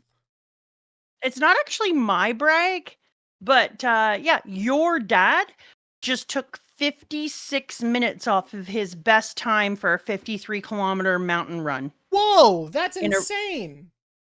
Yeah, so he just finished his 53-kilometer ultra marathon up mountains of hell, and he had a goal, and he smashed the goal and took 56 minutes off of his time 7 years after he started mountain running. That's incredible, especially since he hasn't been able to do it properly for a while because of his injuries. Yeah, no, it was absolutely incredible. So he got coached by his son-in-law, and it worked. I mean, his son-in-law's a runner. Yeah, I mean, calling him a runner is an understatement. He's a miracle grade runner. Yeah. People keep pitching more Isn't That the Ones, which I find very funny that this bit has caught on so well. I love you guys. I like it when you guys come out here and are like, "Is that the one?" Meanwhile, on YouTube, people are like, "What the fuck is happening right now?" YouTube knows. YouTube's with the bit. All right, No, team. not all of the tube We of start you. on Some of the tube chapter of you. 69, where we find That's out the one I said. very curiously, we are told about the warlords, and we are told about Jim. And what's weird is, doesn't everybody feel it weird? I know there's a contrarian who's gonna be like, not me, because I'm very smart. I feel like everybody remembers the warlords being mentioned here, and somehow it slips by basically everybody that there's a fishman warlord named Jimbei and Arlong used to be on his crew. Like that feels like I never think about that with this part somehow, even though I constantly think about the fact that this is where the warlords are mentioned. And I've heard that from other people too. And why'd that slip by? It is kind of strange that we don't really talk about it, and it's not really a thing. I wanted to talk about it because in our reading, I got like 2 pages into the reading and then was like, wait a minute, what the shit? And so I looked up the 7 warlords because I talked about it before. Mm-hmm. And there's like a group of people who are called the Shishijin or the Shishikai, who are the blessed, or Shishijin, who are the blessed people. There has to be 7 of them. And only one of them is from Japan, and the rest are borrowed from you other actually Asiatic. skipped over a part of this. These are you skipped over the like translation of the name and overall context. You jumped in. Basically, I'm about to do that. Okay. I'm about to do it. Yeah. Okay. So that's the name of the lucky group that is in Japan, and they come out on a boat every once in a while, and they bring good luck and blah blah blah. And Oda, when you look at the name of Shishibukai, he's basically taken the exact same concept of these 7 lucky gods and turned them upside down and come up with the Shishibukai, who are the 7 warlords, and they're kind of a blessing inverted. So the Shishifukujin are a blessing, and the Shishifukukai are inverted into a weapon. And he creates this group of 7 godlike figures who are our warlords. And we learn about them immediately. We've already met one. We talk about them immediately with our before we go to Arlong Park. And they start looking at him. And it kind of made me start to think about how crazy it was that I wanted to look up more, that he did this, and why did he choose 7, and why did the government keep talking about how there had to be 7? So it turned out that the Shishifukujin, there has to be 7 or there is no luck. It breaks a pillar and therefore the luck falls apart. So it's almost like there's something mystical and mythical that there has to be 7, which is why the government keeps saying if we lose a single one, then one of the corners of the 3 great powers falls apart, because all 7 have to exist at the same time, one for each of the seas, because we have 7 seas. We have the 4 main ones for the directions, and we have the New World and the Red Line, etc. So we have 7 seas there. And isn't that just 6? Because that's like the 4 blues. No, there were 7. The Paradise and the New World. That feels like 6. No. I guess the calm belt if you count it, but then the calm belt's on both sides. But it's a sea. There are 7 seas in One Piece. I'll accept this, but there's a calm belt on both sides, so it feels off. North blue, south blue, east blue, are the 4.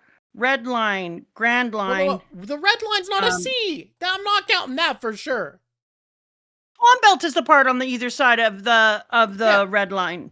Yeah. And that's I'll accept calm belt. There's 4 calm belts if we're being pedantic. KPC, I love pedantry. Clearly, we need the North Paradise calm belt, the South Paradise calm belt, the North New calm belt, and the South New calm belt. You're hilarious and adorable, and this is why we didn't eat you when you were young. Anyway. Okay. So you have to have all of them to exist. And so I started to think about how Oda used the exact same concept, only they brought good luck. The Shishifukujin, they brought good luck, whereas the Fukukai become like their weapon. And then I started to think like, oh, that's really weird and interesting. And they each one of them has an area in the sea that they do. And they needed to have them because the government can't be everywhere in the world all at one time. They have to like outsource their violence, and they can't just let the pirates run rampant. So in order to make sure that the pirates can't run rampant, you need bigger groups who can keep the rest of the pirates in from taking over.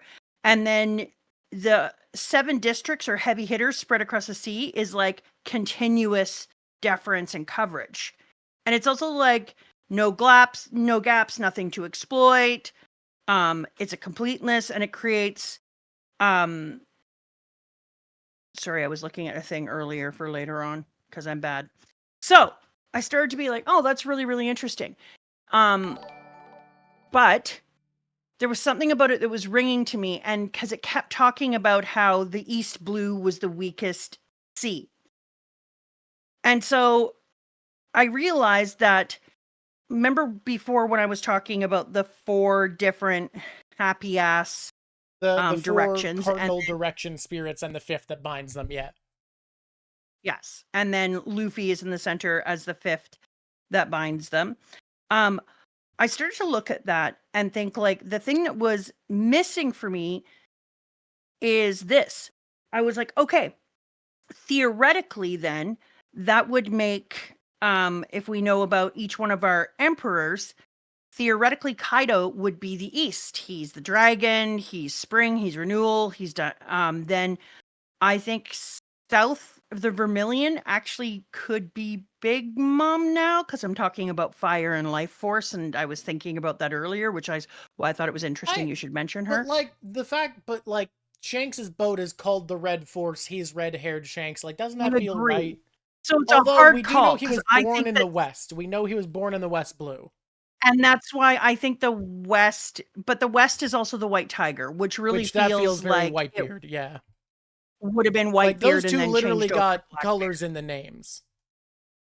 Also, the North being Genblue, the black tortoise, winter and endurance, and defense and calm and protection feels so Shanks coded. Like he still goes to every place and protects everyone and pulls them in. People are saying he made a red bird when he fought Kid. I know. And so it's really hard because he feels like the red bird and she feels more like the tortoise, except for she could be this calm protection that's keeping everyone and have this endurance that is and her defense. Thing is protection, like protecting her state is her also drive. Eats them. So I would kind of put her there, but for sure, Kaido is definitely supposed to be the East. And so because it's a dragon? Reason is that our thinking? Because it's a dragon? Yeah. Yeah, okay, it's that an makes sense. Dragon. He's a dragon, yeah. He is the Azure Dragon, and that one is the Azure Dragon. So like it's possible that he's the Azure Dragon, yeah. Yeah. So you see how one of them is an Azure Dragon and also the other one is an Azure Dragon? So my thinking is that Kaido is an Azure Dragon, and that the East symbol is the Azure Dragon. Does that have to translate exactly? Feels like an approximation. I mean, it is a reimagining for sure. No matter what, it can't fit exactly. That's why I think we're looking for what fits best. Yeah. And so I was like, what is really interesting is when we talk about all the other directions, they are always talked about as being the most, the strongest seas, et cetera, and the East, which has this giant vital dude who you think would have the most power, his area is seen as the weakest sea. And I was, and yet all of our big, huge, awesome people, we had all the beginning of our crew, all come from the East Blue. And then I realized that Kaido was distracted. So every one of the other one of the directions are all sending minions out, protecting their space, thinking about keeping their space and their area because their minions will take care of it for them, but they actually acknowledge that they have territory that they need to manage. Whereas all Kaido was doing is living in this place where he was staring at the mythology of the sun and believing that one day he would turn out to be Joy Boy. And because of this, he was just trying to find ways to die and to live up to this mythical quest of him transforming into Joy Boy. So he didn't even look at the East Blue, which means that the East Blue then had this opportunity to become one of the most corrupt areas because there was no people monitoring or looking for it. I have an alternate reading that I like on this, that I didn't come up with this on my own. I came up with this jumping off of yours, which is the idea that these are meant to be the winds of different direction, and very specifically the winds of change. And another way the East was neglected was after Ginny got kidnapped, Dragon let there be no one from his group. And everybody knows Dragon probably almost certainly has a wind ability. We don't know what it is. I think it's a wind Logia. That's my guess.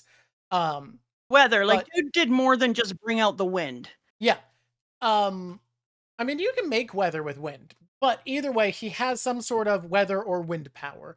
And these are the winds of change. These are the winds of the directions. And you can make lightning with wind. You just move the cloud, shift them about. The Dunami shit, right? So my thinking here is that the East Blue is also partially the weakest because it was neglected by this being that represents the winds of change. And we know he explicitly is putting people in charge of managing all these areas. And people can't grow strong and develop in the East Blue because the revolutionaries weren't there to stop a figure like Smoker. And they weren't there to stop a figure like Arlong. So after Ginny was gone, we already did the live reading. After Ginny was gone, Dragon didn't have a player in the East Blue monitoring it and keeping things together. So that is a way that it was really directly neglected.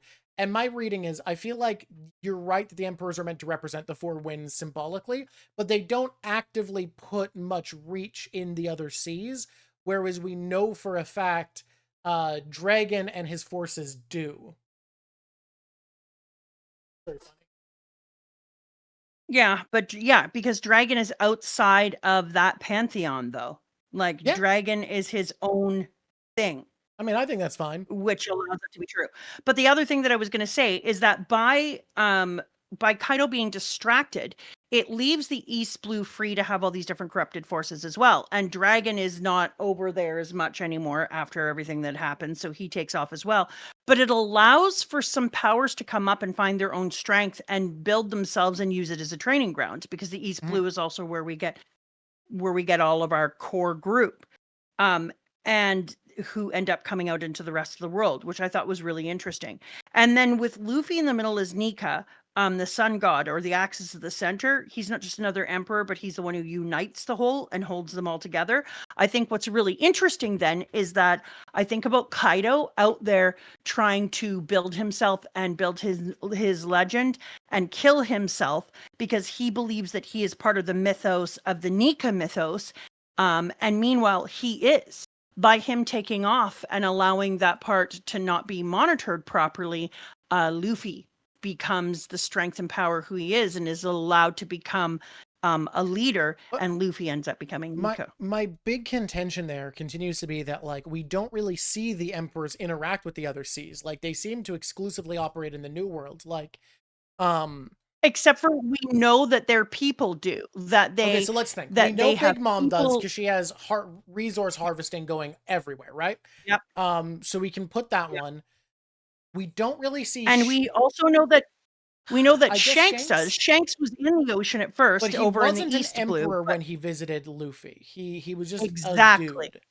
So exactly. And then we know that he goes place to place, visiting them all and putting people under his wings. And he's literally just sailing around. Kaido stays in the New World, but that's part of your theory, so we can keep with that. Yeah. Whitebeard, do we know if Whitebeard has any, like, we've never seen what his operations outside of we knew that Whitebeard had the biggest armada, and he would send people off to protect them, because we know that but do we know he did that outside of the New World? We knew that the fishermen were under the protection of Whitebeard. And we know that other places are, and that he sends his people out to put people in. Because remember where was it that Marco goes and meets those villagers on an island? Well, they're all islands. I don't know why I say on an island. After Whitebeard's death. Because they were left on their own. So we have inklings that all of the different people send people out in the world to take care of different groups, that they're all kind of monitoring, and they have different people who go through. And especially we know that Shanks has the ability to do a fast traveling, so we don't know what the other fast traveling abilities are. Anyway, I started to just think about that as a thing while I was right in the beginning of it, because I knew that when I was looking at it under the idea of World War II, that prior to World War II happening in Japan, Japan would have kind of that Kaido effect, where they so wanted to gain strength just before World War II that they were kind of looking outward through the Meiji Restoration and forward, and not paying enough attention internally, and looking for what their emperor was their son, who's their embodiment of the sun, was looking to all the other areas. I'm listening, but I just need to take the briefest detour to say I don't think Oda actually really well planned out how these tattoos overlap, because I'm trying to figure out a way to have any transparency between the two, and these fucking things are not the same shape. Like they are not. There's nothing I can do here. Like, at first I was like, I'm dumb and my spatial reasoning is failing me because I can't do this without just overlaying the reference. And now that I'm overlaying the reference, I just don't think the motherfucker planned this. I don't see it, Chief. Okay, so I wanted to go through these quickly with everybody before we go on, because the pantheon of the 7 sacred lucky gods that I think that Oda used, they're all different types of traits.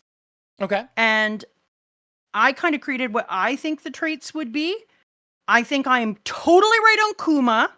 Okay. And Moria. Okay. And Hancock. Holy like 100% shit, I just realized something that you are probably already aware of. This theory that the 7 lucky gods are the 7 warlords spread a long time ago. When I first started reading One Piece, this is one of the big observations. And then it kind of died out. And then it kind of died out. But I feel like it just got made so much stronger so recently, literally last chapter, with the revelation that Moria is from Wano and one of the lucky 7 is from Japan. Right. Shit, yes! We actually have someone from Wano as one of the warlords now. That is absolutely perfect. Could not be happier. Good point. Thank you for strengthening. Come again. Oh, man. I was like, but none of them are from Wano. So that, and then I remembered fucking Moria. Moria's from Wano now. Moria. Thank you, cover story. Okay, so here are the things, and I'll talk about my other things later on. I didn't know that people thought the Lucky 7 were headcanon. It was so I think already that's awesome. out of the conversation by the time you caught up. Like, it was originally a very popular conversation. No. Moria was from the West Blue originally, but he was considered a resident of Wano. So I think that counts. Like, he... Hey, here are the traits. Here are the ones I'm for sure on, okay? Okay. Give me the one. So these are the traits. Give me the beat, boys. These are the... I'm going to give you the first one. Death, sand, decay, ambition. Okay. Yeah. Which one of the 7 warlords do you think that is? When I think of death and decay, what really comes to mind is Boa. I think snakes have a lot to do with... No, it's Moria. Our man, our boy. Well, it's either Moria or crocodile because there's sand involved. Oh, you know what? I didn't hear sand. I heard death, decay, ambition. I mean, he does desiccate things. I could see either. I feel that feels Moria to me. He got zombies. Failed ambition is his whole deal. That's my leaning. Okay, so I would go either him or I would go for crocodile. Okay. Who else we got? We've got long life, health, happy old age. And it's a person of wisdom. Huh. Okay, so my leaning, if we're doing the original 7, is Kuma. What are you feeling? Well, let the squishies have a little thing.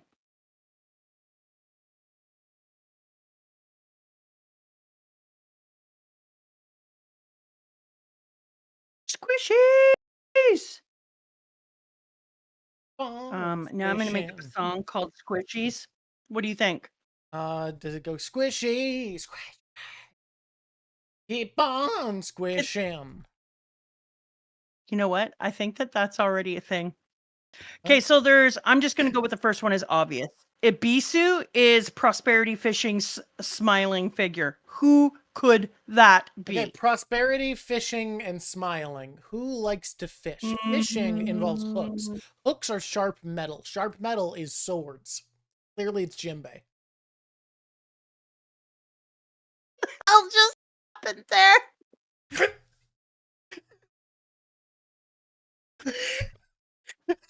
Freak of nature. I thought that was funny. I thought that was a funny bit to do. Crocodile did have a hook. Oh. Shit, you're right. It's crocodile. Daikuten is wealth, agricultural prosperity. My leaning's Dofi. That's Mr. Moneybags, right? Yeah. Also, some people think it's crocodile because seeking all the harvests inside Arabasta, even though he only had sand power. I could see either. Bishamoten is a warrior god who's the punisher of evil. I feel like people didn't catch that I was doing a bit there, and I like that even more. Sorry, say that again. Oh, it was so good. So this one is a warrior god, punisher of evil, spear in hand, victory. I think that's Mihawk. That feels like it. That feels like it for real. This one is the only woman in the warlord, but oh also shit! the only there's only one woman of the Lucky 7. That's crazy. I wonder who we're gonna put her on. Does she have something to do with? Let me think about how mythology works. Does she have anything to do with love? Oh my god. Love, music, eloquence. How am I so good at this? How am I so on it? Dude, that's crazy. You're a myth god. Are you a myth god? So here's where I'm at, right? We got one woman and they're about love. What I'm thinking is, right? Who likes love? Where is love a lot of One Piece? Well, the Island of Women, no, not that one, has a big heart-shaped palace. And that guy's best friend is Kuma. And Kuma visited Gecko Moria, so it's Gecko Moria.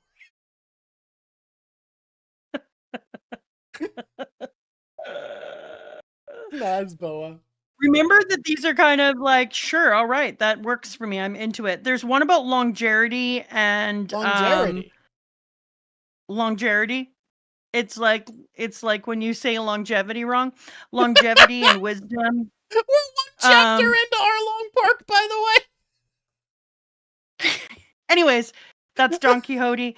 The one that really makes me be like, yes, is the one that is Kuma, who's old age and calmness and protection. That feels right, yeah. A wise before his time, carries a symbolic weapon. So I think that that's the one that is supposed to be Kuma, and then Gecko Moria is the opposite of the abundance of laughing. He laughs at everyone else. Like a big fat. So you think the other one about death and decay is Croc? I could see that, yeah. I do think that it's Croc. I think to me it feels Moria, but like the fact that it's about ambition and Moria is about defeated ambition makes it feel more like Croc. And it's really interesting because they're seen as guests, like the Lucky 7, the 7 gods of fortune, the Shikafujin, are supposed to bring blessings across domains, but they're guests. So here's the thing about them is. Here's something to point out. Wait. Okay. Okay, go ahead. I don't want to forget this. I'm going to write it down. Before you talk about them being guests, this is what I want to note. Which one of them is a native god to Japan, like something that wasn't adopted from another pantheon, from another culture. Because, in my opinion, if you're considering which one is native to Japan, there are two options for Warlord. Dofi, because he is a celestial dragon, so he's part of this power structure already. He, instead of being adopted, he is already part of it. So the one that represents Dofi makes sense to me. But alternatively, obviously, there's Moria, because he is from Wano, Fantasy Japan. So those are the two that I could see reinforcing your idea as a bit more evidence. Yeah, I would agree. Okay. Please go The on. reason that it's important that they're seen as guests is because they can be kicked out at any time or exchanged. If the government wants to change them, they can. It's just like the lucky gods. They're guests. They can take them out of areas, tell them they're not allowed to do things, blah, blah, blah. And literally but Ace it also and Luffy means, have both kicked someone out of the club. Exactly. And it also means that if they're guests, you are supposed to treat them with respect when they're there, because if you don't treat guests with respect, you're actually breaking a sacredness. And so it kind of binds people through the meaning of them being sacred. All of this is for later, so we can go through and I can attach it to other things. But I thought it was really, really cool that we get this far in, and I'm like, here's a thing that I didn't bother to notice before. Right away, we start talking about how there has to be 7. Right away, we talk about how this, if the 7 goes away, it absolutely, everything falls apart. And that they create legitimacy for the government and they do the government's work. You have to have them, otherwise it weakens the government. Okay. I'm going to get into it more afterwards. We don't really need a Blackbeard because, like, it's the original 7, right? Like, the original 7 are their own thing. That's who the Seraphim are. Blackbeard was dude, I can't handle, like, I've had a couple people I respect, smart people, be like, what do you mean Blackbeard's a lot like Rocks? He was willing to work with the world government. He was a warlord for like 3 days so that he could break into a jail. Like, that was not working with the world government. That was tricking them. He worked with them the same way that Bugs Bunny works with Elmer Fudd when he guides him into a trap. Like calling that working with the world government is crazy talk.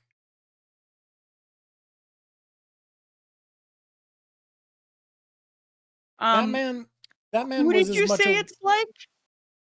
It's like if you say that Bugs Bunny works with Elmer Fudd because he guided him into a trap. You know when Bugs Bunny puts on a disguise and is like, yeah, right this way, sir. And then Elmer Fudd's like, ooh, I'm gonna get that whisky webbit, and then he explodes. That's Blackbeard being a warlord, is fucking Bugs Bunny and Drag walking Elmer Fudd into a bar that's full of C4. To do the most important part, and that was connect it all again. So yes, I do agree with you. Dude, it's not about principle. It's not about principle. Let me explain this to you. Like you're like, if you work with pigs and you have mud on your shoes. This is the Blackbeard the Warlord experience. Mama Drawk, you be the world government in this. Ready? I'm the world government. Hey, can I have a job as a warlord? I captured Port Castilla for you. Let me think. No.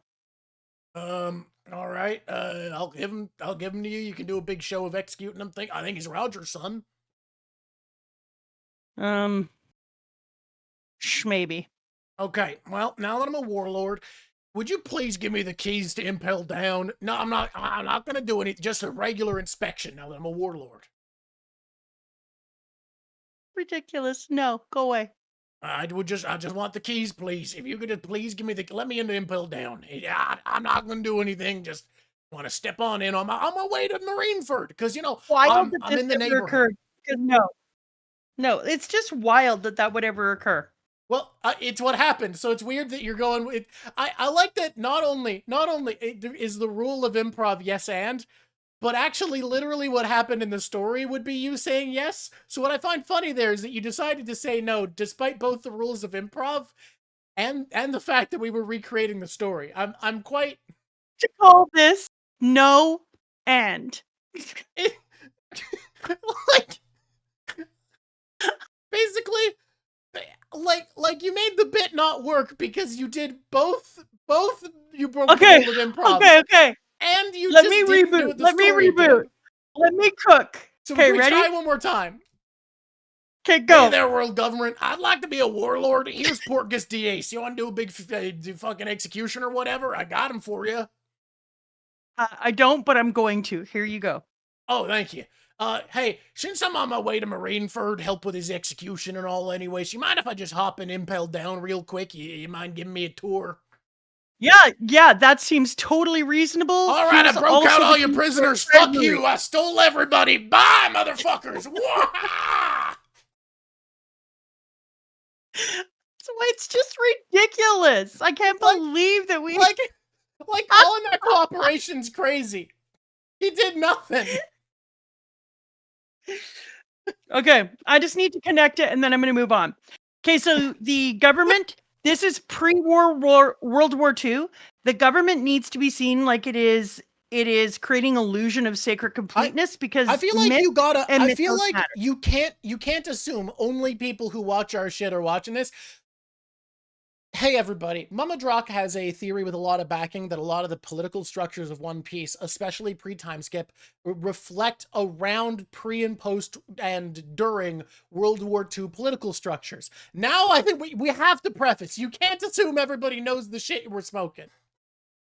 If you would like to know more, go and watch the Impel Down video because we go into it very deeply and there. Plug, now I'm proud. Okay.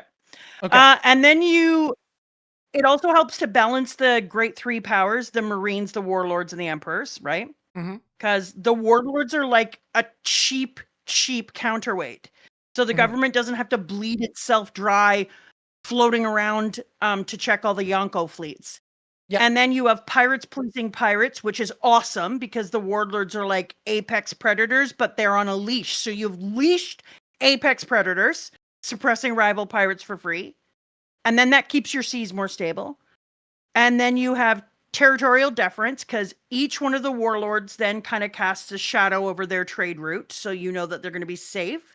Like when I start to think about how deeply he did this and why he would make them the 7 guests, like it makes so much sense because 7 seats is a wide coverage. And if you remove one, suddenly there's a gap. Because you have the Conbelt and the New World and blah, blah, blah. So that would create a gap. And then it's like psychological theater because there's like the Holy 7 is stability. And as soon as a seat opens up, what happens? We filled it immediately because you had to have it. Otherwise, the citizens would see weakness. And then also the Warlords gave you all the insider access to the underworld. So you can be the government.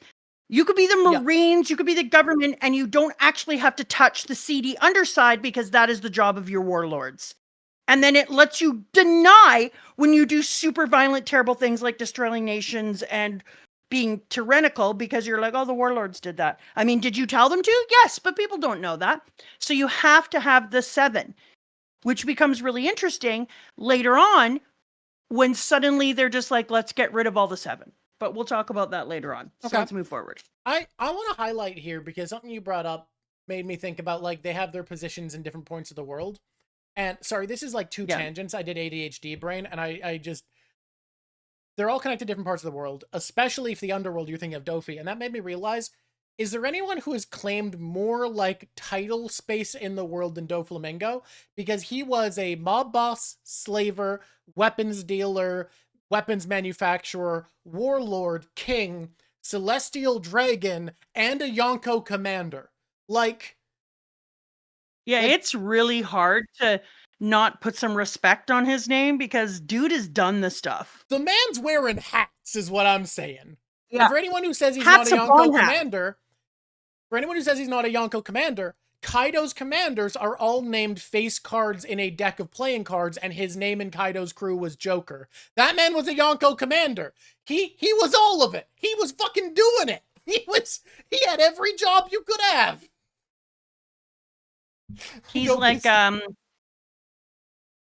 like, it's like he's from Team Fortress 2, and he just keeps putting one hat on after another hat. My favorite hat in Team Fortress 2 is the one that's 3 hats on top of each other. It's great. Put these 3 hats on these 4 hats. It's actually really bad because it means if there's any low walls, which the game doesn't have a lot of, but there's some, people can see you behind it all the time because you're wearing 3 hats. But I love it. I know these things because gamer. I'm a gamer now. Yeah. It's human. certainly not. I'm a It's gamer. because I was obsessed with Team Fortress 2 as a teenager, and the fact No, it has that nothing that to do game with has that. no It's because support I'm a anymore. gamer. Dude, I actually can't get over this. The fact that Team Fortress 2 has no support anymore is fucking brutal, because yes, Counter-Strike makes more money, but Team Fortress 2 could be making so much money if it just worked. I would play that game all the time still, because it's so easy. It was, when it worked, so easy to just jump in, play a couple rounds, and feel satisfied, and I'd still be buying hats and shit. Like, they could be running it like Counter-Strike and be making bank, and instead they just let it be trash full of bots. It's an unplayable nightmare. I fucking love the gameplay loop of that game. I would still be tuning in, and I can't, because it doesn't goddamn work! On hats. On hats. I miss that fucking game. A regular gremlin? I can't tell. Here's why I don't play Team Fortress 2 anymore. You can call me a coward, but I have this weird condition where I like to enjoy things that I do. Oh. Wow. Every time I've heard someone say Rude. the bot problem isn't as bad anymore, what they're telling me is exactly what you said, which is it's not as bad anymore, which I don't doubt, because it used to be 90% bots. They didn't fix it. There's no way they fix it. I'll fucking try. I'll try tomorrow. And if I get bot spammed by a bot playing an advertisement for some sort of stupid service, I'm not going to get that mad at you, but like, if you played Team Fortress 2 during the worst of its bot problems, saying it's better now means nothing. Your standards have been rolled in literal raw sewage, and no longer, if you see a glimmer of sunlight, you now believe it to be salvation. So I will see for myself, and if you are correct, we'll see. You're not even getting a strongly worded chat. I just want the game to work. I'm sad. I'm sad that I can't play one of my favorite games. All right, we can move on. Team Fortress 2 diatribe over. I'm just proud of Dofi. Man was wearing hats. Yeah, I feel like today your goal is to say things in a circle, but then partway through the circle, just push it out and create whatever the fuck shape you want, and then come back to the beginning again. Have you seen that the famous YouTube short TikTok of the guy putting all of the shapes in the square hole on a children's toy? That's me. I do that all the time too. Well, they fit here. Why would we bother? Just use this one. This one is better for all of them. The one thing I'll also say about Dofi is I think if you made a rap sheet where you took all of the crimes we know for sure that every warlord did, his would be the longest rap sheet by so far. By like so goddamn far. Like I cannot express to you how many more crimes I think Don Quixote do Flamingo has done than the other warlords. Yeah, but on the other hand, I don't think any other one of the warlords has given us quite as delicious arc or villain as Dofi. Dofi is one of the greatest villains in this story. He truly is. He's so up there. Like, he's not my favorite antagonist. That's still Kaido. But as far as like who has the best villain swagger, it's Dofi. Like he's so good. Like, anyways, crazy. I think this is really important. And the reason why I thought this is important, and I want to connect it now that we talked to people about World War II and then did nothing with World War II. Yeah. Is you know that I've always felt, and by always, I mean once we got later into the story and I was like, wow, this is really mirroring some events that occurred in World War II and really, really feels like this and this. Especially once we got to Ennie's lobby and I started to look at the whole cabaret connection and how it seemed to be telling a similar story. And then I was like, where is the similar story in the beginning of the world? And then I realized that it was totally there.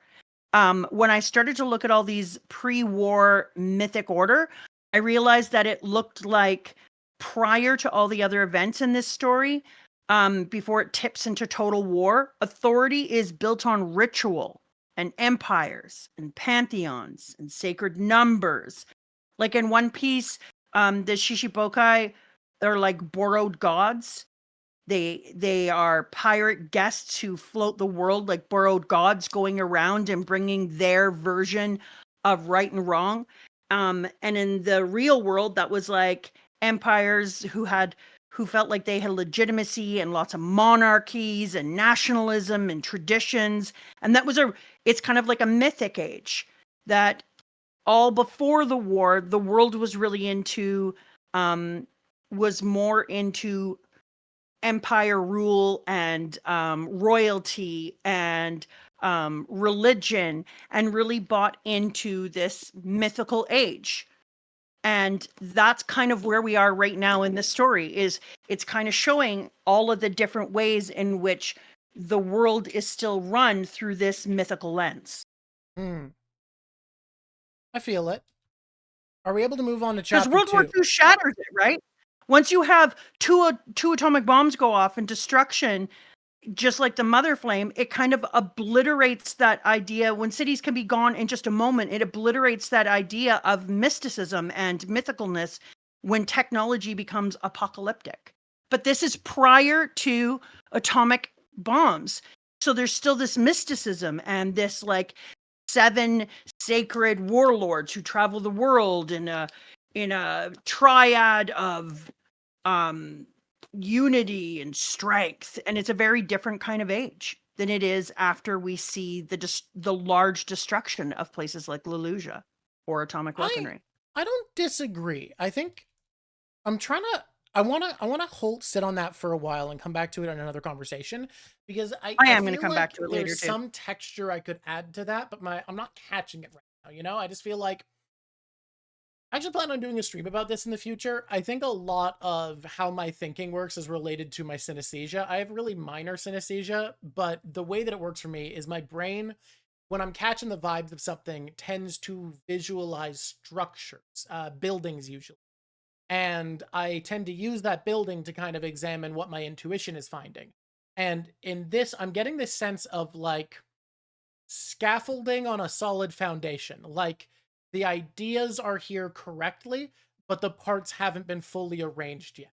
That's kind of what I'm In your feeling brain, as I well, hear in that's this. because if the reason that it works for me, and I have synesthesia as well, is I see it a pre, during, and post-war, and I see the 7 warlords, and I see the 4 emperors and Luffy as being like ritualized order. Everything prior to World War II is ritualized order. The entire world is built off of religion and empire and myth. And during the war, Mother Flame, atomic weaponry, it ends all illusions. It's like an end of innocence. And then post-war, we get into the Seraphim and technology deference and AI endless replication. Because that's why Kuma, who is the warlord of protection, his model ends up getting used multiple times. Like they are going to create Seraphim out of all the warlords, but they can create as many as they want. They no longer need a sacred 7 that pillars them up. It's no longer myth. Now instead, they use the sacrifice of Kuma, the one who was the most human, who had the deepest humanity, and they turn him into a prototype where they just print him off like he's on a copy machine and turn him into a weapon. And so we move away from this mysticism and this mythical world and this ritualized order, and instead we move towards machinery. And machinery in a modern age, it doesn't need your compliance through ritualism. You don't do these things because you feel that you need to in your heart. You don't invest in them in that way. Instead, it rules you through fear, which is what takes place after you absolutely decimate and disappear entire places, like atomic weaponry. And Kuma then, who was used as a sacred sacrifice, now becomes the replicated use of fear all over the world in this ironic way.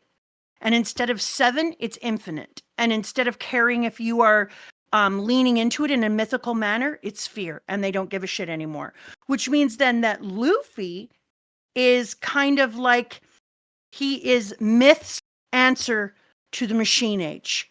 Luffy is still in the center of the 4 directions, standing as the center of the sun and saying like, no, the opposite of this is laughter. The opposite of this is joy. I am myth's answer to the machine age.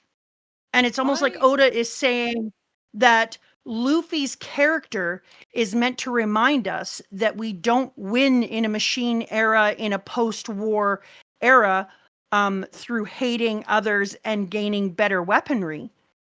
We do it through community, agency, laughter, and joy. What I love about the way Oda writes myth in general is I feel like Oda has, in my opinion, and I could be misreading, very much the same view of spirituality that I have, which is that spiritual significance is human. That gods, their meaning, the meaning of myth, the meaning of culture is humanity. That, like, someone being a god is someone who either earned or not is in a position where they have absolute unquestionable authority or are achieving things and having belief put behind them that allows them to be acting in a way that is seemingly impossible. The seven warlords being figures of myth in the world, I agree with, but those are people. Those are just dudes, but they've been given the authority of something meaningful and spiritual by the world government deigning it such. And I don't know. Yeah, that's the same as royalty. We Yeah. decide who has power and control. We give the myth. And it is the made myth spiritually and culturally important, but it is all human. And that is very much my view of spirituality as well. Of like, all of this stuff, even if it's real, is real in this human way. That is the real meaning of it. The celestial dragons being gods is because they are given the power and status of gods.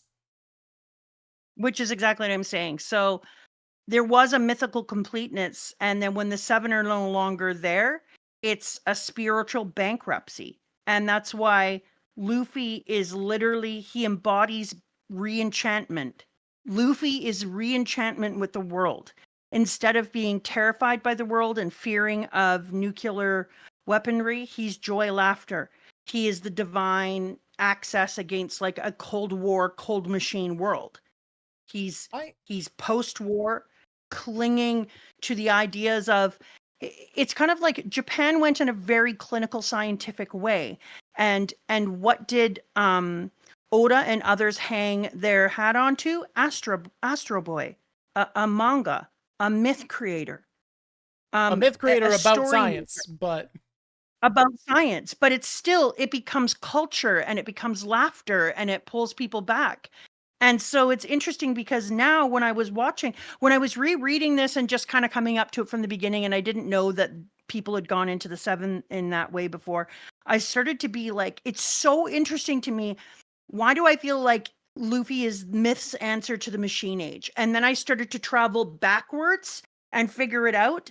And it was like, damn, yeah, because the Seraphim are like the atomic mother flame. They are mirrors of that same World War II and then post-war mirrors. And so the warlords transitioning into the Seraphim is a metaphor for humanity leaping forward in the war into an age that no longer has the same soul. Like we were all taken out of childhood.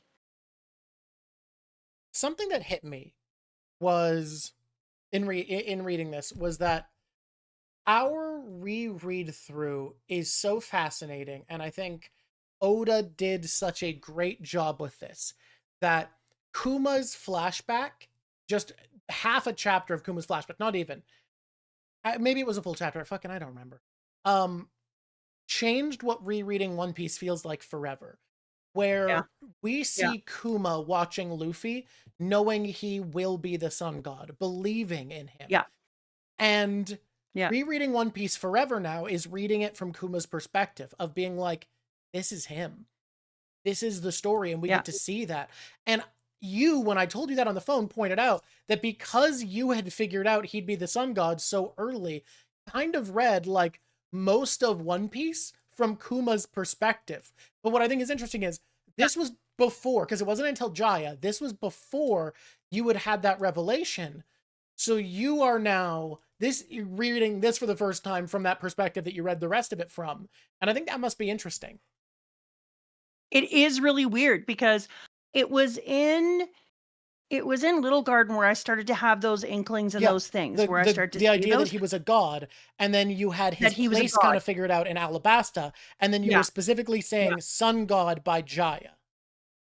Yeah, so coming back and seeing it, it's why I immediately went into this, because it was so weird now to get to reread it, knowing that from the beginning and look at all the clues. And that's what I keep thinking. And now I feel like, not to be too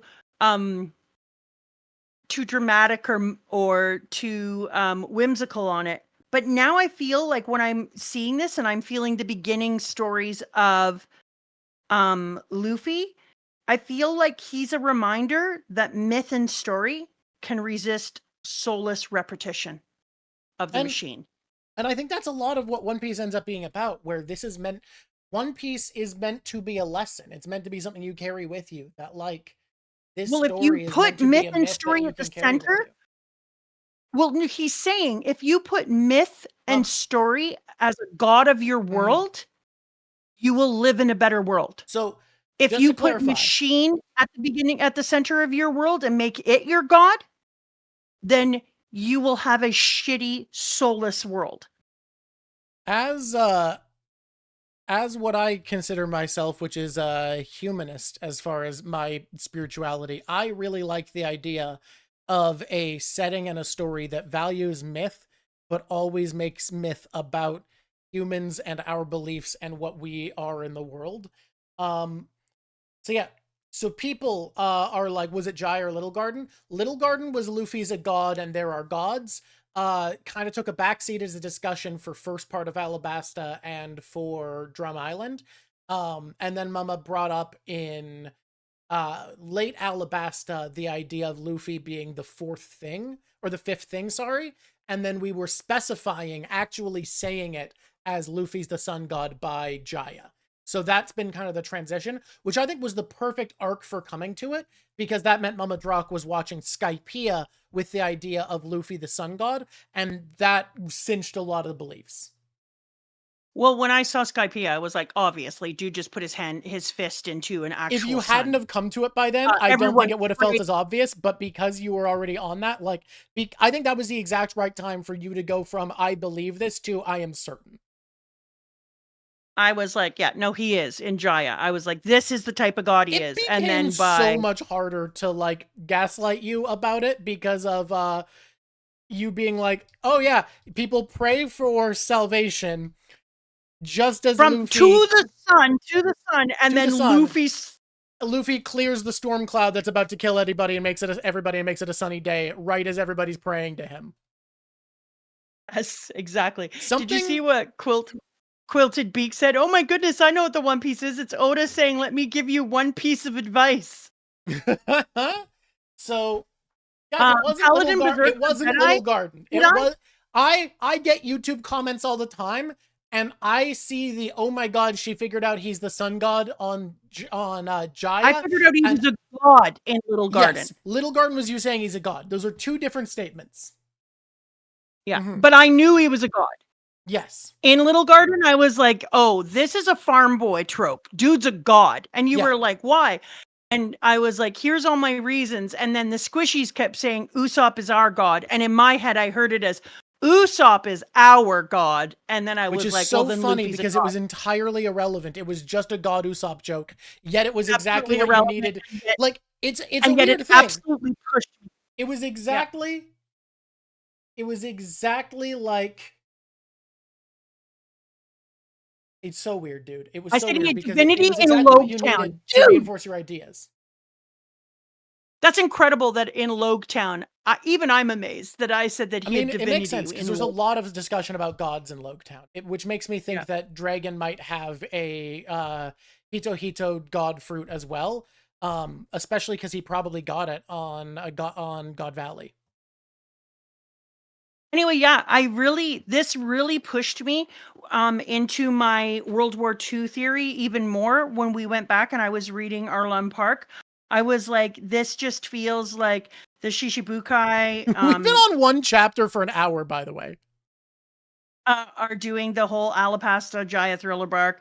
Pirates are guests going around the world. They're mirroring like Japan's pre-war reliance on the Imperial mythology. There's the balance of the three powers, Marines, Warlords, Yonkos. Yeah. World government is the most legitimate thing. And I was like, this is so equivalent to pre-World War II.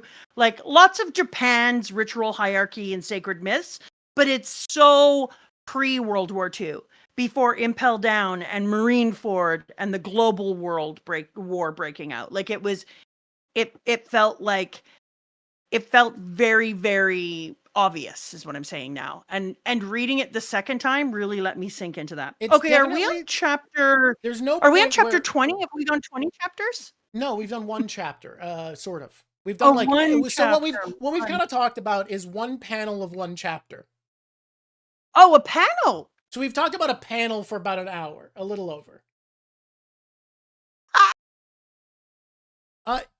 Here's I think we need to skip ahead to the next scene, that there's something worth talking about. So I'm going to do an abridged how we get there.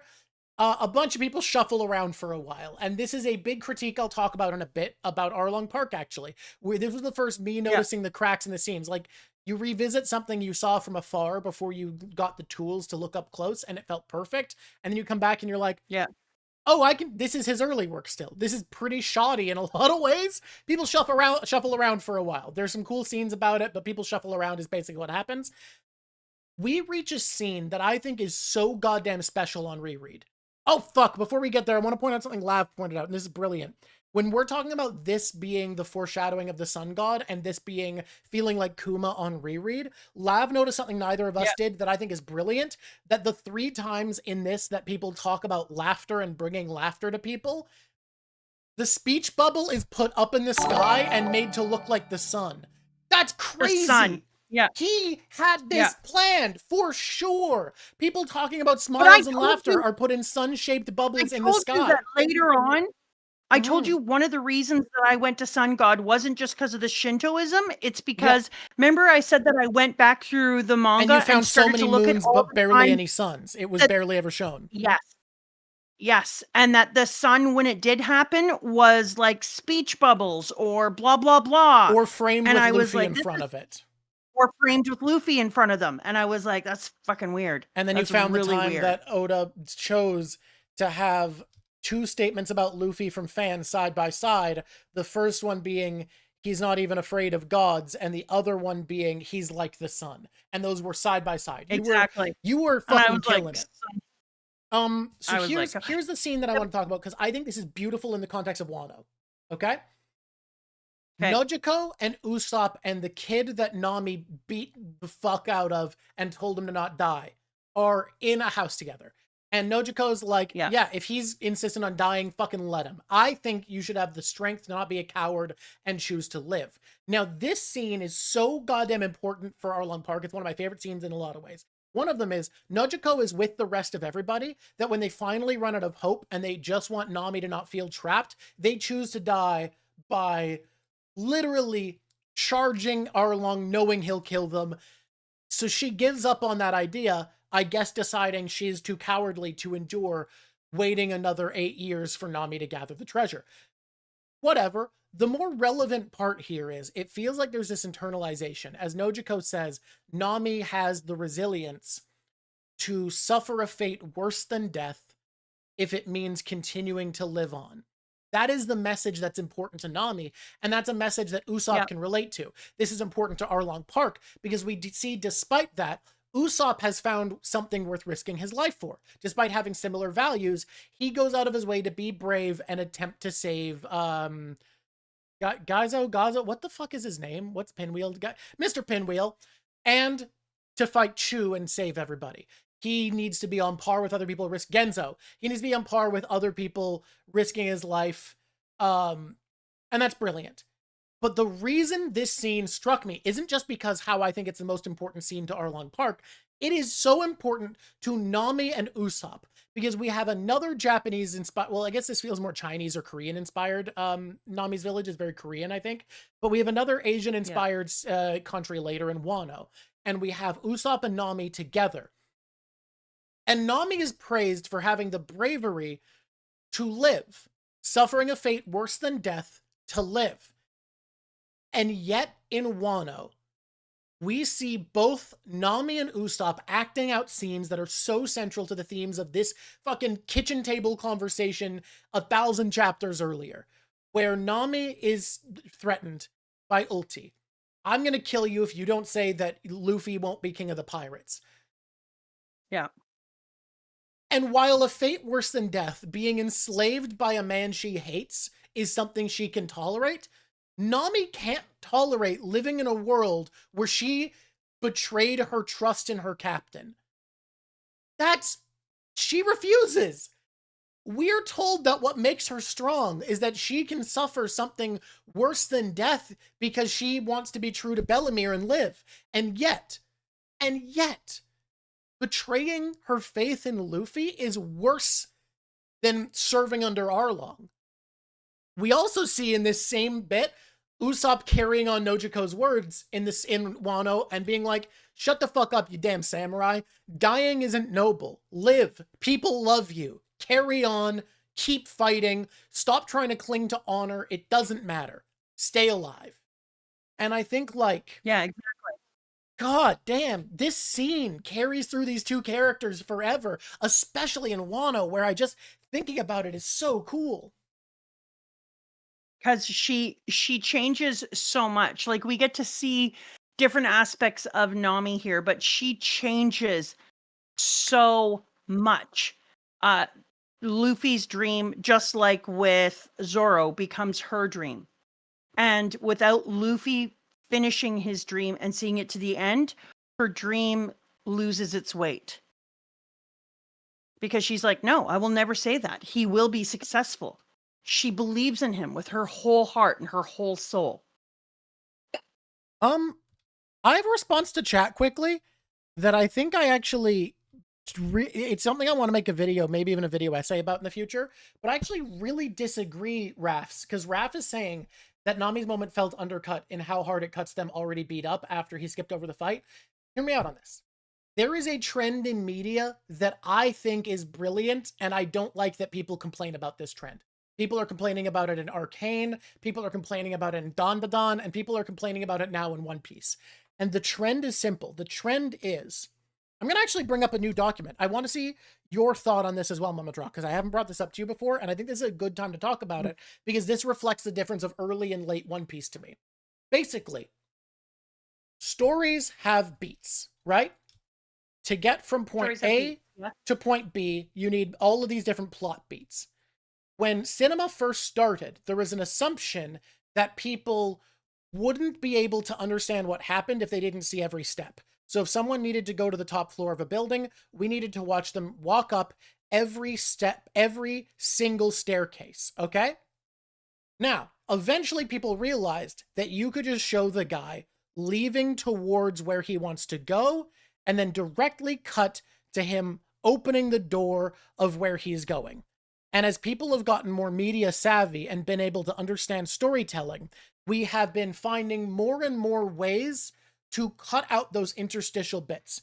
And the trend that I like, that I see in Dandadan, Arcane, and modern One Piece, not previous One Piece, is we live in a world so bombarded and saturated with stories that by the time you are an adult or even a teenager, you have seen hundreds of stories told.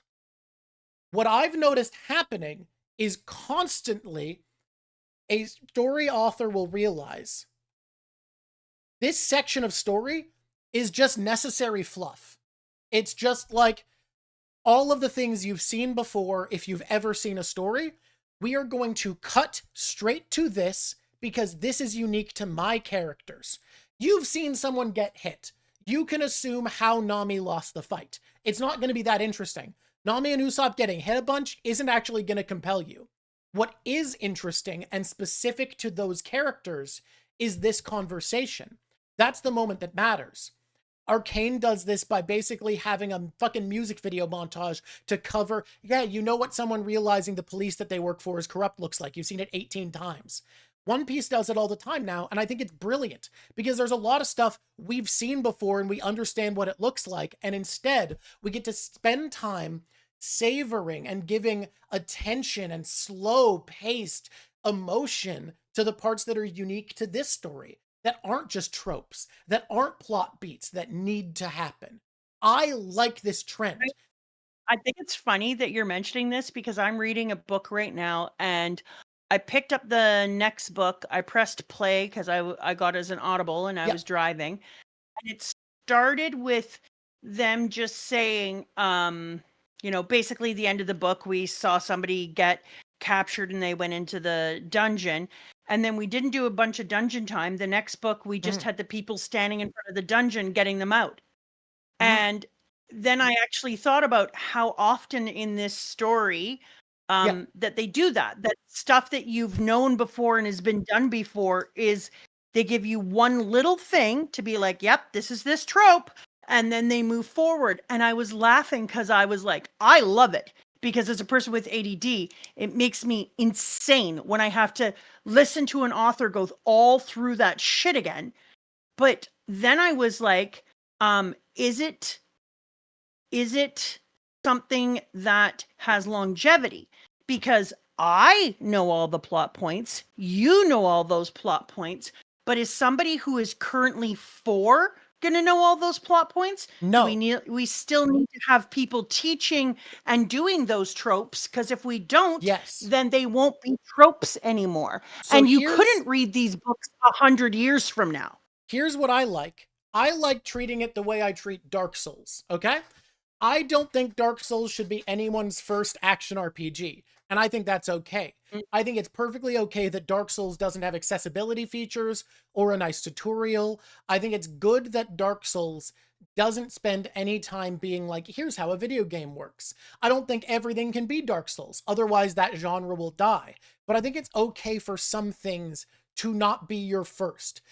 If you've never experienced a slice of life romance or fantasy story, Dandadan's unwatchable because it skips through so much interstitial tissue to move to the stuff unique to its characters. But I think that's good for what it is, and it lets it take more patience and time with scenes that are unique to its characters. And I feel like One Piece is the same way, but I do agree with you. Here's the difference with later One Piece.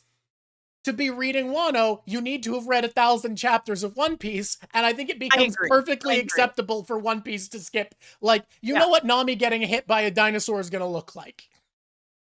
Yeah, I absolutely agree. I just think that I also realized, because I'm so impatient that I sometimes put a book on like quadruple speed and it just becomes Alvin and the Chipmunks reading parts that I just don't want to go through, because I'm like, just get to the goddamn point. We know what it looks like for these two to be battling. I could tell you what the battle is going to look like because it's a certain circumstance. But then I realized that if I was a new media person and I hadn't been subjected to so many different types of media where this trope occurs, that I wouldn't know. So we still need to have some authors creating pieces that allow the tropes to build. It's kind of the way that when I talk to kids about things and they don't understand them, and I'm like, dude, you have to watch old movies because you don't know that this one pulled from Bridge Over the River Kwai, and it also pulled from this and this. You don't know them because you don't watch old films. You don't know that this freaking person has built on it. It's a similar thing, a similar worry I have. I just think, Rafs, I'm looking at you saying you don't like the time skip in Wano, and every time I see someone talk about the time skip in Wano, or not Wano, Egghead, every time someone doesn't like the time skip in Egghead, actually, let me pause. I'm going to respond to what Mama Drawk said because I need to be a good co-host. So what I'm going to say is, I fully agree with you. I think like there needs to be both media that is approachable for learning these tropes and media that skips it. But what you're describing is exactly why things like Dandadan, Arcane, later One Piece are doing a good job, because they're understanding that more experienced readers are really easily bored with this. But the thing is... But did Arcane do that in the beginning, or did it only do it later? It jumped into it because it only skips over where it's tropes you've seen before and you know what it looks like. Exactly. Like, and you know what... So if you're taking people on a journey where you have a lot of chapters and people have seen all the shit before, because I'm on book 7 of a series, she is able to skip over a bunch of shit because we've been there, done that. If you were in deep into Dandadan and they are doing this, well, you already trained your audience. If you haven't been trained as an audience Dandadan does it right away. That's on you. Dandadan does it immediately. It's like, fuck it, you know what this looks like. Dandadan is assuming that you know other people's tropes and they're using the same manga trope. Yeah. Now, here's where I'm at with One Piece specifically. In my opinion, everyone who says that they don't like that we skipped over defeating York and Egghead, it's the exact same mentality as people who think that Breath of the Wild having weapon durability is bad, in that you are actually wrong, and if media did what you wanted it to, you would enjoy it less. But it makes sense because you are having your expectations constantly not met. But the thing is, thinking is fun. Imagining is fun. Leaving open space actually makes you enjoy something more. And I'll tell you what would make you enjoy something less. Going from Kaido and then having to waste 15 chapters, 40 weeks of your human life showing how the Straw Hats beat someone who is like 5% the threat of Kaido. It would irritate you. It would be annoying. It would feel corny and pointless. By skipping it over, we get to just keep it rolling. And it thematically says something. Thematically, what it says is the Straw Hats are now such a big deal that they are the off-screen. We see the rest of the world's fights play out for the first time instead of letting them wrap up. And we let the Straw Hats wrap up because they are so out of the depth at this point. They are so on another level that every time they're dealing with a bad guy of the week problem, a villain on an island, we don't even need to see it. We could see them roll up to an island, cut away to show the rest of the world, come back and they've solved it. Because of course they can. That's them at this point. Like, I genuinely believe, Potenchi, you might be the exception, who are too easily irritated. But thinking is good. Thinking makes you enjoy something more. Breath of the Wild without weapon durability is a game where you find one weapon you like and never interact with the deep systems of the world and just press the attack button and are bored. Because weapons break, you are constantly forced to think and analyze, look for opportunities, negotiate with the space around you, and a breadth of mechanics. Skipping things that are kind of boring is the exact same way, because it gets you to engage with the media with more thought. Instead of getting to just skip forwards, sorry, Potenchi, if your weapon breaking once makes you stop playing a game, you might be too easily irritated to enjoy that game. I'm sorry. Or, hear me out, you might have ADD. I have ADD and I still really loved it. It doesn't matter. I was constantly forced to problem ADD solve. can't handle it. Some people's ADD, that they would just be like, screw you. I don't want to have to do that small task. Rafts, you know what? You saying why was Robin put in a stretcher for the rest of the arc is the exact reason it's good. Because now you have a question to ask and you go through with the context of considering, why is Robin in a stretcher? I think the issue is, and the reason that for some people it's a worry, number one, it's the ability to teach those readers coming up how to be readerly savvy and learn tropes.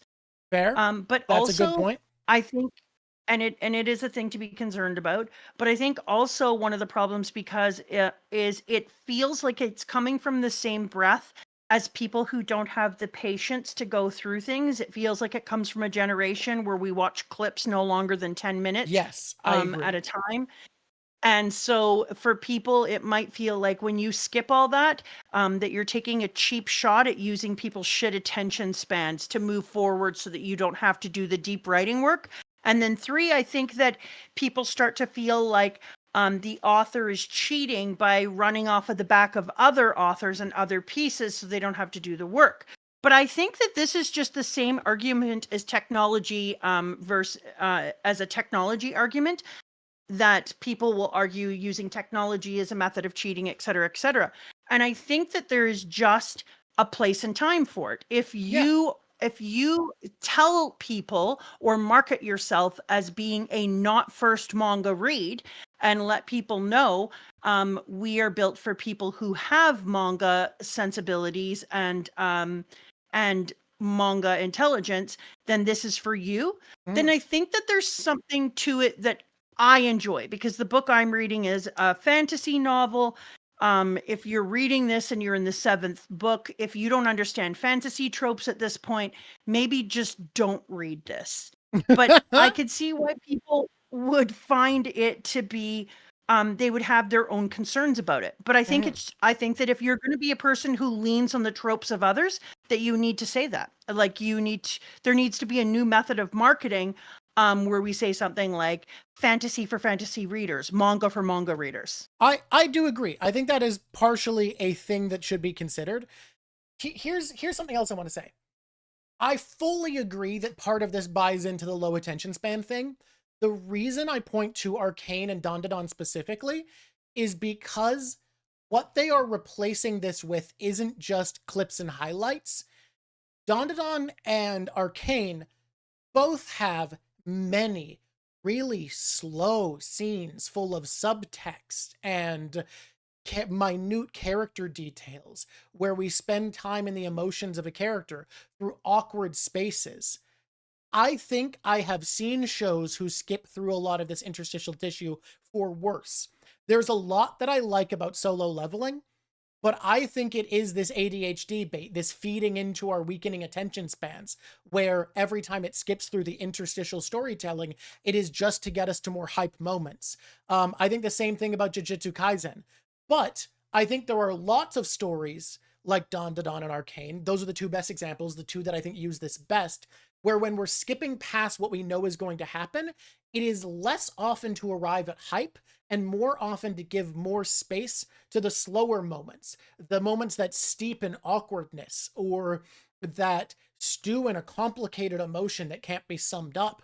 And I genuinely think that if we were dealing with those and also all of the parts where we know what's going to happen, Frieren does the same thing. If you don't have a background in fantasy, Frieren is almost impossible to watch. There's so much about Frieren that frustrates me, but it is so good. I think it is slightly overhyped only because it has flaws that other people don't think are flaws. But like, yeah, I think this is your critique is a potential pitfall to this storytelling technique. Yeah. But I like it. I think it's a cool movement.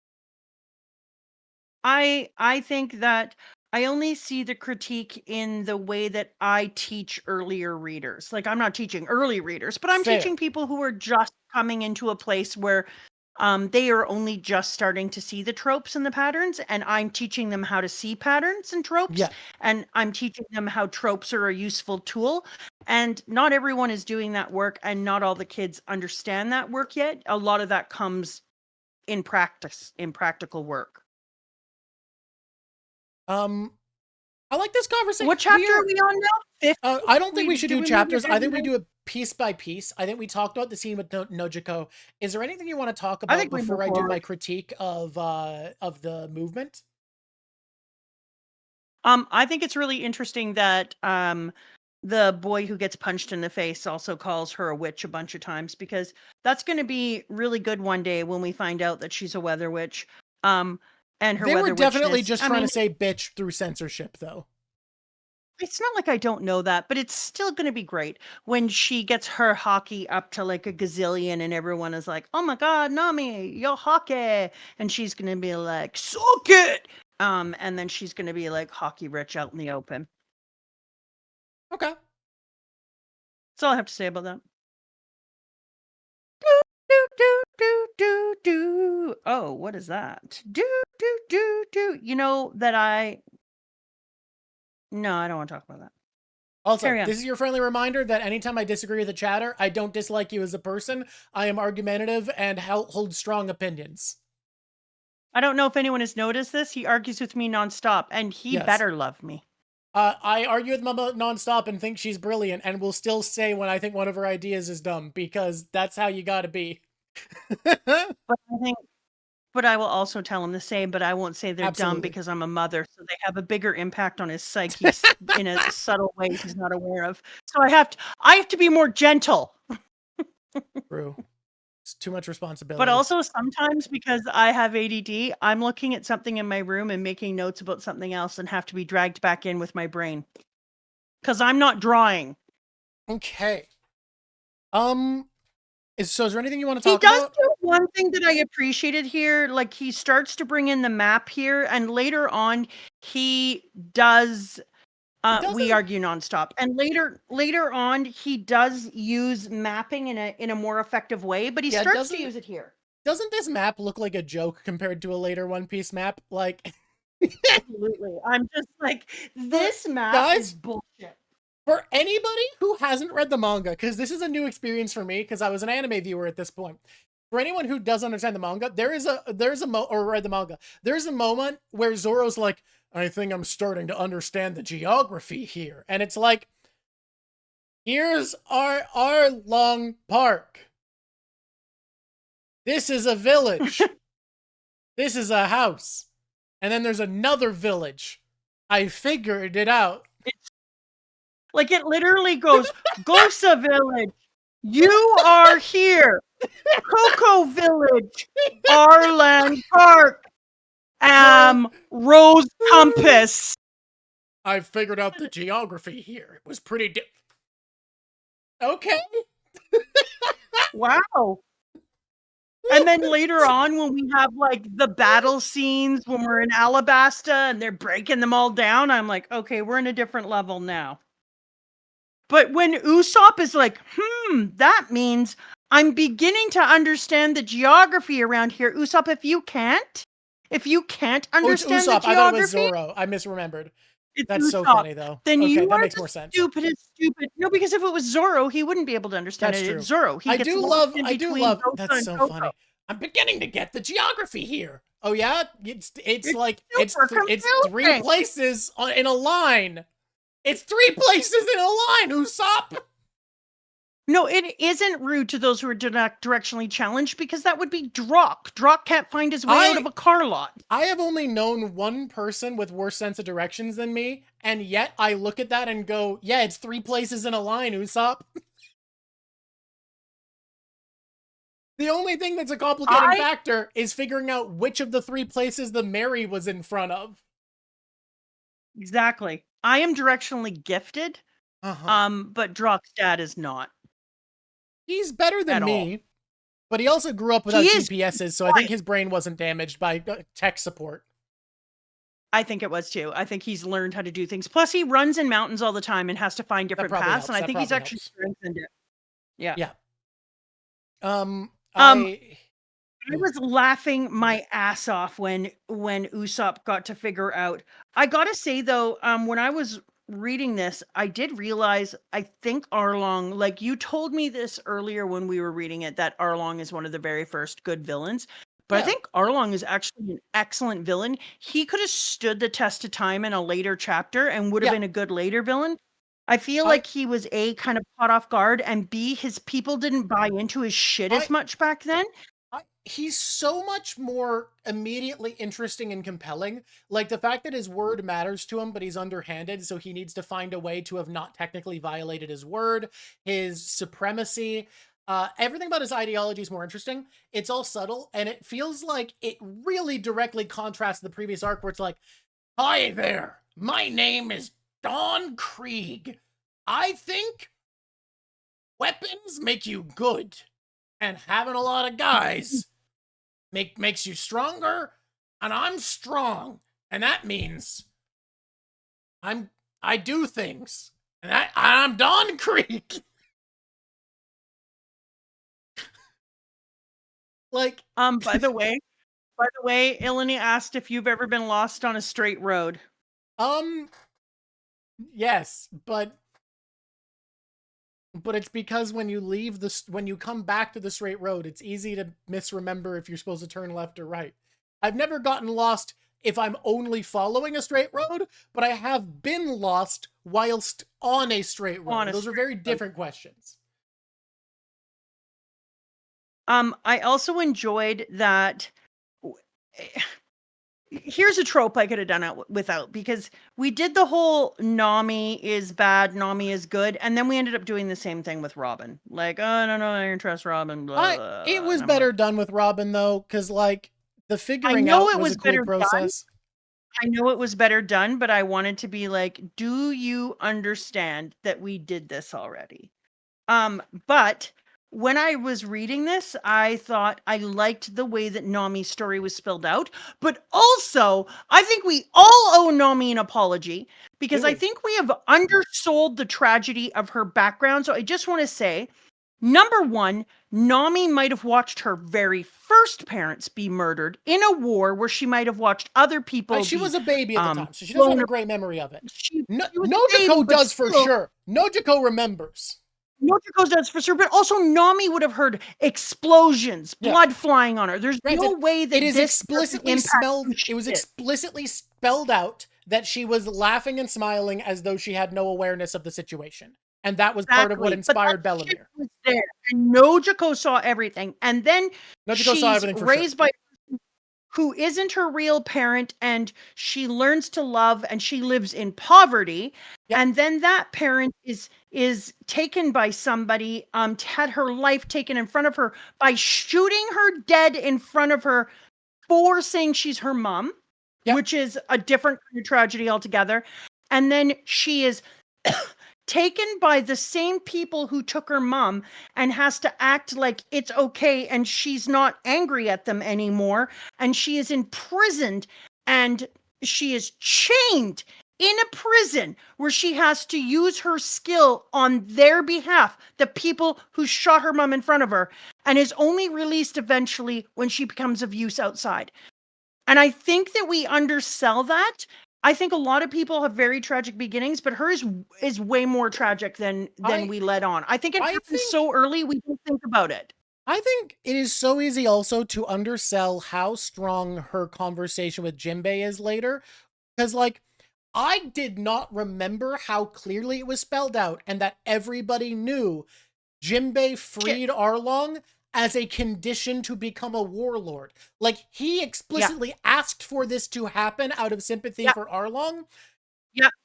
And that's why so the fact that Nami and Jinbei like, it was known in the same room is wild. Yeah. I'm not done. I forgot about something. Here's the other thing that people don't think about ever. Nami loved the people of her village and her sister so much that she allowed herself to be seen like as if she was a villain, and she ended up being hated by the people that she loved enough to let them hate her. That in itself is a trauma that is just, I couldn't deal with it. That isn't a trauma I could have. I couldn't have Drawk reviling me for being some kind of Nazi thing just to save him and to be able, like, I could, but the trauma in my heart would be, there's no words. I think you would tell me the truth and be like, just pretend you don't know, please. I don't think I could, because what if you were murdered because I told you the truth?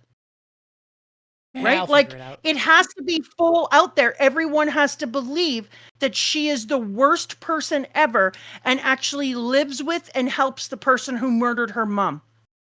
She has to let her sister, the only other living family she has, believe that she is a shitty enough human to care more about money than about their mom. All to save the village. Like, she is GOAT, and I think we are underselling her value. I agree. I really like the pitch of the backstory. I will be honest, I think the anime did it slightly better. Oh, wait, says the woman who knocks Nami off the chart all the time. Let me look this up. Because, like, I am pretty certain, I'm going to log in quick and double check, because there's a couple of the chapters because we were both reading, it would start me halfway through where it was, because we're using the same account. So I'm going to double check. What chapter is her backstory in?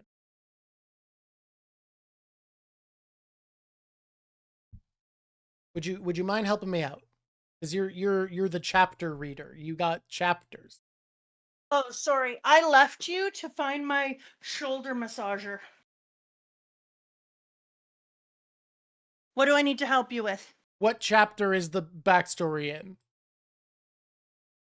I'm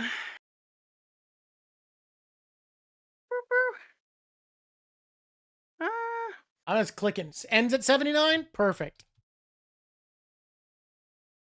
Okay, let me go through.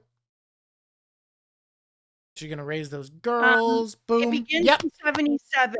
I can't believe ends in 85. You haven't seen. It begins in 77 and ends in 85.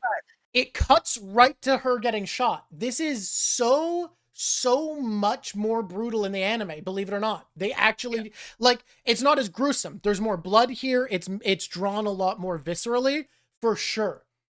But The anime adds a lot here. Like, I kept feeling like I was misreading, like I must be missing something, but it's super extended. So for those who've only watched the anime like me, I feel like I'm missing something. I feel like I'm misreading because these feel like essential elements. It cuts right from a flash forward, a montage through Bellemere being a good mom to Nami after she's forgiven her. Right to Arlong smoking gun, Bellemere flying back. And if you've only seen the anime, that feels shocking to you. The reason being that in the anime, this is really extended in a way that I think works a lot, where you have Nojiko and Nami hiding in bushes as Bellemere said, hey, run away. Arlong comes up and is like, yeah, it's 100,000 to taxes if you want to not get killed per adult, 50,000 per kid. And Bellemere, instead of being like, yeah, I have no kids, I'll pay for myself, dies so that she can say, I have 2 girls, I'm paying for them, kill me if you have to. Choosing to die their mother instead of live denying them. Exactly. But that's exactly. But that's not here. I don't see it. Did I miss it? Like, it just cuts. Yeah, no, it is right here. Wait, Where? if they extort that much every month, I won't be able to live. Enduring it for now, or blah blah blah. They've rounded up the whole village. Is it 78? Where the fuck? Why am I? It must have been a thing where you skipped ahead. 78. It's 100,000 berries ahead for grown folk, 50,000 no, for the you're brats. right. Remember, oh my god. This chapter, I take everything back I said. This is in here. I missed this chapter because it was one of the ones that it cut halfway through and I didn't notice. Oh my god. No, this is all here. I take it back. I was wrong. This is all in the manga. I take it back. I'm gonna quickly skim through this because this is the only one I didn't read, and I was shocked. I reread 79 over and over again, being like, what the fuck happened? Won't be able to live. What should we do, Nojiko? Bellemere's safe, blah, blah, blah. And then Bellemere says, oh, we almost missed it. No, I love this. I love this. Never mind, manga does it and better. All of the shots are better. I'm looking through, the art is better, it's more brutal. And then Bellemere puts a gun right into his mouth and almost makes it, blah, blah, blah. Cocoa Village is a long way from here. So she could have, and she smashes his teeth in. You puny humans, your strength is a joke. And then he stands up and squishes her. And then shoots her. Yeah, I take back what I said. I somehow didn't read this chapter. I didn't read any of it. I think the next chapter button must have broken because this isn't one of the ones for my daughters. That's all I've got. Like I even need to if it costs me life. I need to explain every time that it did the glitch where because you'd read the chapter, it cut partway through. I could notice and go back. Literally, when I read, I didn't see a single page of this chapter. It somehow skipped it. I hit next chapter and it skipped this one. That's why I was confused. It literally skipped this chapter. They put the gun to her head. Nijiko, Nami, I don't know why you're explaining it to me still. I said it's just so fucking bad. We owe her an apology. Like, this is so much worse than we made it out to be. No, and then for Nami to have to live with them and be chained up so that she can make her people safe. Like, oh my God. What's wild is when I was doing my reread, I didn't cry at the actual backstory, maybe because I missed a page or chapter. It skipped an entire fucking chapter for me. So I'm going to have to watch for that in the future, I guess, using the Viz Reader. I've never had that before. Neat new thing it's doing. I did cry when she was stabbing herself on the arm, screaming Arlong. Like, that made me tear up. Ugh. I got a little teary in a few places in here. This one was brutal. When we replay and whatever happens, don't curse the age you were born into. So this feels like such a message from Oda to us. No matter what happens, don't curse the age you were born into. Don't worry about what anyone says, and whatever happens, never lose your ability to laugh. This is exactly what I said with Luffy. That Bellemere is giving the message of Luffy that the only way to fight oppression, anger, fear, and hatred is through laughter and love. Can I say, I This is why I really dislike. I'm seeing a lot of critique where people are like, Year 5th has made Luffy so disrespectful. He's laughing while people he loves are dying. The entire point of the form is it represents someone who, no matter how bizarre it is, no matter how unsettling it might seem, carries on hope and joy at every moment. And the reason it drains him is that's an exhausting toll to put on someone. It's exhausting to have the energy to, no matter what, keep going and keep being laughter and joy. And that's the message. And it's why, like, it frustrates me that people are so mad, like, it's so disrespectful. That's the point of the form. It's not about disrespect. It's about, you have to remember that you can still laugh. You have to remember. I mean, he did laugh over his dying body, but he did take a moment to be serious. But he does just keep going. Bell knows she's about to be shot, and she says, whatever happens, never lose your ability to laugh. Come the shit on. Like, when Luffy is laughing, it's for a purpose. Like, Oda is telling a specific tale here. Anyways, I agree. I think her backstory is a lot more brutal than people. It's why when I rank the backstories, like, she's up there with, like, she's the only one I put with the Grand Line Straw Hats. She's the only early Straw Hat who I put up there with Chopper, Brook, and Robin. Yeah. Like, don't get me wrong, Sanji, you're sad. I knew this was sad, but rereading it, I was like, oh my God. It's and so he throws brutal. his cigarette. He throws his cigarette into a pool of her blood, and Oda draws it hissing. That's so specifically fucked. Yes, thank you. Throws a cigarette into her blood, and Oda draws the sound of it being put out in the blood. Ugh. Gross. Yeah. That's the type of specificity that makes Berserk as disturbing as it is. It's just like thinking of a really specific use case for violence to make it seem gross. It was really funny because when I reread this, I was like, I think that I would actually put her tragedy up a lot higher than I've put it before. Like, especially when you consider that her tragedy moves in to her it moves into her young adulthood.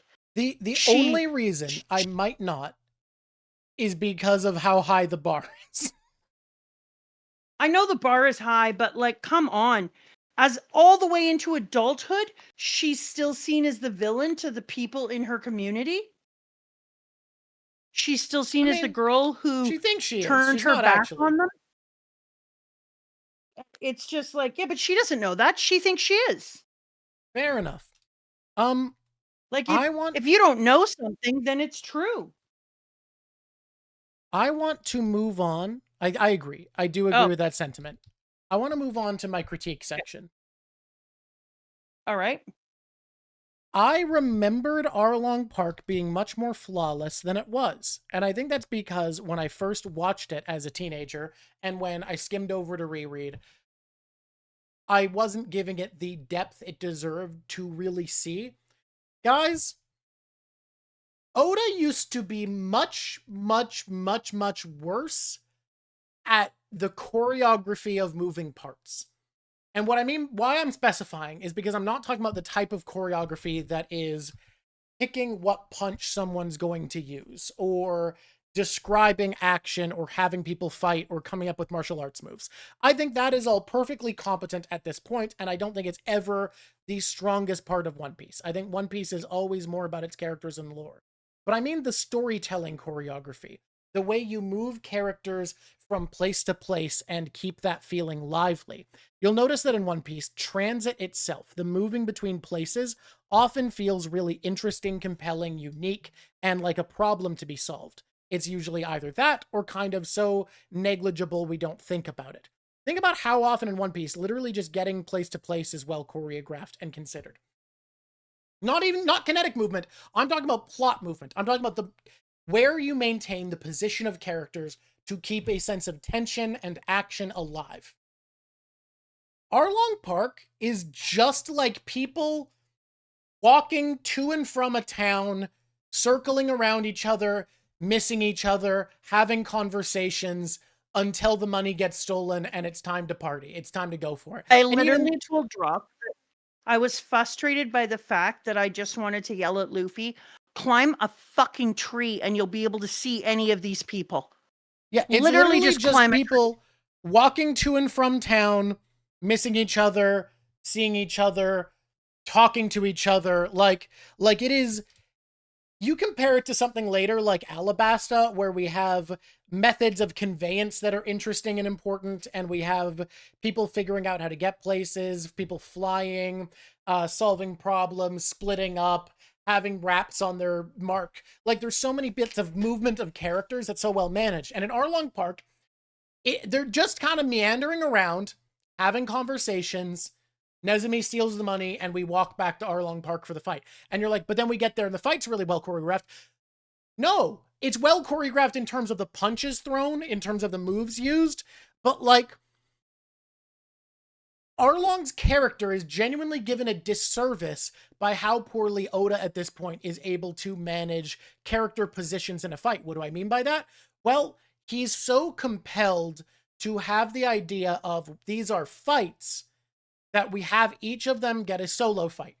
Usopp's is well handled because Usopp interrupts Chu trying to attack everybody and get involved. So Chu chases Usopp, and they're separated.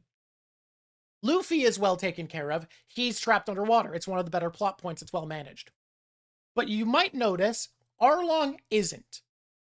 For this setup to work, where we have Arlong there, and Kurobe and Hachi get their 1v1s, Arlong has to just literally watch his boys get pummeled. And this is a guy who are meant to believe cares a lot about fishmen in his crew. He calls them brothers, gets upset when they're hurt. And he's just like literally Oda stops drawing him in the place he was just standing because he kind of just has to not exist. Like, Arlong vanishes as we're shown the fight happening. Oh, but that's all that's wrong? No, because we have a moment where near the end of Hachi and Zoro's fight, Kurobe tries to get involved, which suggests he wants to. The issue is they've been fighting for like 2 chapters. At the beginning of that, Sanji got punched out of the arena. He's been dusting himself off walking back. Kurobe tries to interrupt. So we know Kurobe cares enough to interrupt, but he literally is just Arlong and Kurobe just stand there watching Zoro fight Hachi for 2 chapters. And he got rid of Luffy by shoving him under the water. He got rid of Usopp by making him run away. And so this is a very beginning of juvenile. But so Sanji's been knocked out of the arena, and he's, I guess, walking back. But like, what we're meant to imply is Arlong is like, this fight's interesting. And Kurobe's like, yeah, it is. And then Kurobe out of nowhere is like, all right, I'm going to go get involved. Just as Sanji gets back.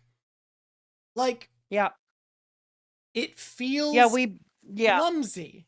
Interesting take. Don't disagree. He's just sitting there. He's just letting it happen. But here's the issue.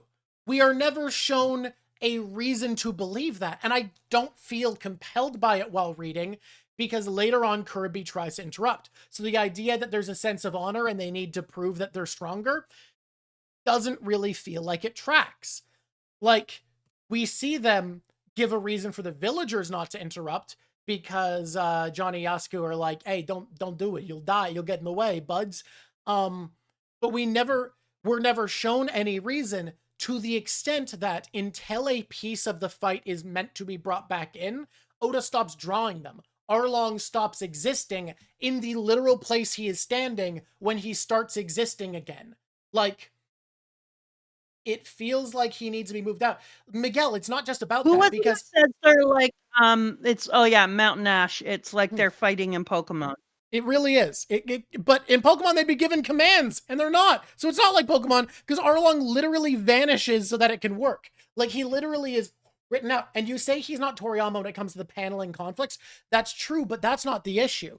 Because Oda is able later on to solve this problem via a different means. Where instead of just drawing 3-dimensional spaces that bring them away from the other fighters, later on in his career, Oda is really, really capable of having dynamic plots where people have to move around to keep them out of the fight, right? We have Crocodile on his mission to go get the poneglyph, so he's not involved. And we have Luffy being defeated by Crocodile twice, so he's not involved. And then we have things like finding the bomb to get people uninvolved. There's plot movements that keep characters away from where they can't be for the plot to progress the way Oda wants and to get the matchups he wants. And those are really well handled. We have Zoro getting lost. We have ways of moving characters around. But in this, because it's so early in his career, literally all we have for why the characters aren't getting involved is they aren't being drawn anymore until it's time for them to be involved again. Oda just literally stops drawing them as the solution. And when you're used to a higher bar of One Piece, it feels really clumsy. I agree. It's funny because I don't think that a lot of things to me have felt clumsy. Some of it has felt either overcrowded or empty sometimes, like back and forth between the two. And the way that we tell the story, like the mapping and stuff, has juvenile. It's definitely amateurish compared to what he does later for the maps. Yeah. But this part, I was like, you can't just have people disappear from the frame because you don't feel like including them. Yeah. Like, oh, we can't have Arlong getting involved in this fight, so Arlong is going to stop being drawn. And then once Arlong's boys are down, Arlong will step back in and beat them up off screen, which I'm fine with him beating them up off screen because it's to set up the menace that he's able to take out Sanji and Zoro, obviously an injured Sanji and Zoro, just by throwing water at them. And then he does one more attack before Luffy gets woken up again. It's all good. That part I'm fine with, but like, it just feels like the movement of characters from point to point is handled so much less well than you would be used to in later One Piece. It feels really, really clumsy. That said, the emotional beats in this fight, I think, are really well done. To the point that, like, the bit to me that felt the most... too well. Yeah! The bit to me that felt the most like, oh, I'm Kuma believing in the sun god through this kid's actions was the moment Luffy gets, and god damn, thinking about the moment from Kuma's flashback where he sees Luffy practicing the Gum Gum battle axe going, if anyone tries to take one of my crew, I'll hit him with this. And then seeing the moment where he's like, it's time for the move I practice for beating someone who takes my crew, is when he sees blood on Nami's pen and goes, ah, you turned something she loves into torture. I'm gonna fuck you up. That moment of Luffy getting fully serious when he sees that, I could hear the drums of liberation. It feels so cool to reread a moment like that, where you're like, yeah, this is him. This is the kid who's here to represent what Arlong's brand is supposed to represent. Like, he's the one carrying on what Arlong is supposed to believe in. This is liberation. Fuck, it feels cool. I have to tell you that okay, you want to talk about emotionality? I did a character analysis on each one of the characters here and how they show their beginning characters things, but we can do that or not. I don't care. Do what you will. There's a page in chapter 81 where Freddie Mercury is hugging Nami, and he says, "You've done enough. You can't carry the burden for a whole village anymore. You fought well for us, and it must have been worse than death for you to join that crew. You fought well, but now you should leave the island." And then she pulls a knife at him and says, "They'll kill you if you fight." And he says, "We know." And he grabs the goddamn blade. Genzo's so well characterized. Excuse me, his name is Freddie Mercury Frankenstein. Oh, of course, yeah. Or as I call him, Freddie Frank. And he bleeds all down the ground, and she just starts sobbing. I was like, the emotional, and then he goes, "Now step aside, Nami." And then she starts to hear Arlong laughing in her head, and she falls on the ground. And she had always said that she couldn't have friends. And her sister was like, "Do you know what this means?" And what does she do? She starts to cut out her tattoo. And I was like, God damn you, Oda. Dude, it made me cry. That's the moment that finally made me tear up, was her carving the tattoo. So wild. The amount of emotion you were able to put in here is, oh my god. Because the blood of Genzo is already on the knife, and she starts stabbing herself with his blood, and I was just like, he hit nerves in this section. Yes, he had some areas that were just not pulling their weight. He was disappearing people, but as far as emotionality went, it's brilliant. It's brilliant. My God.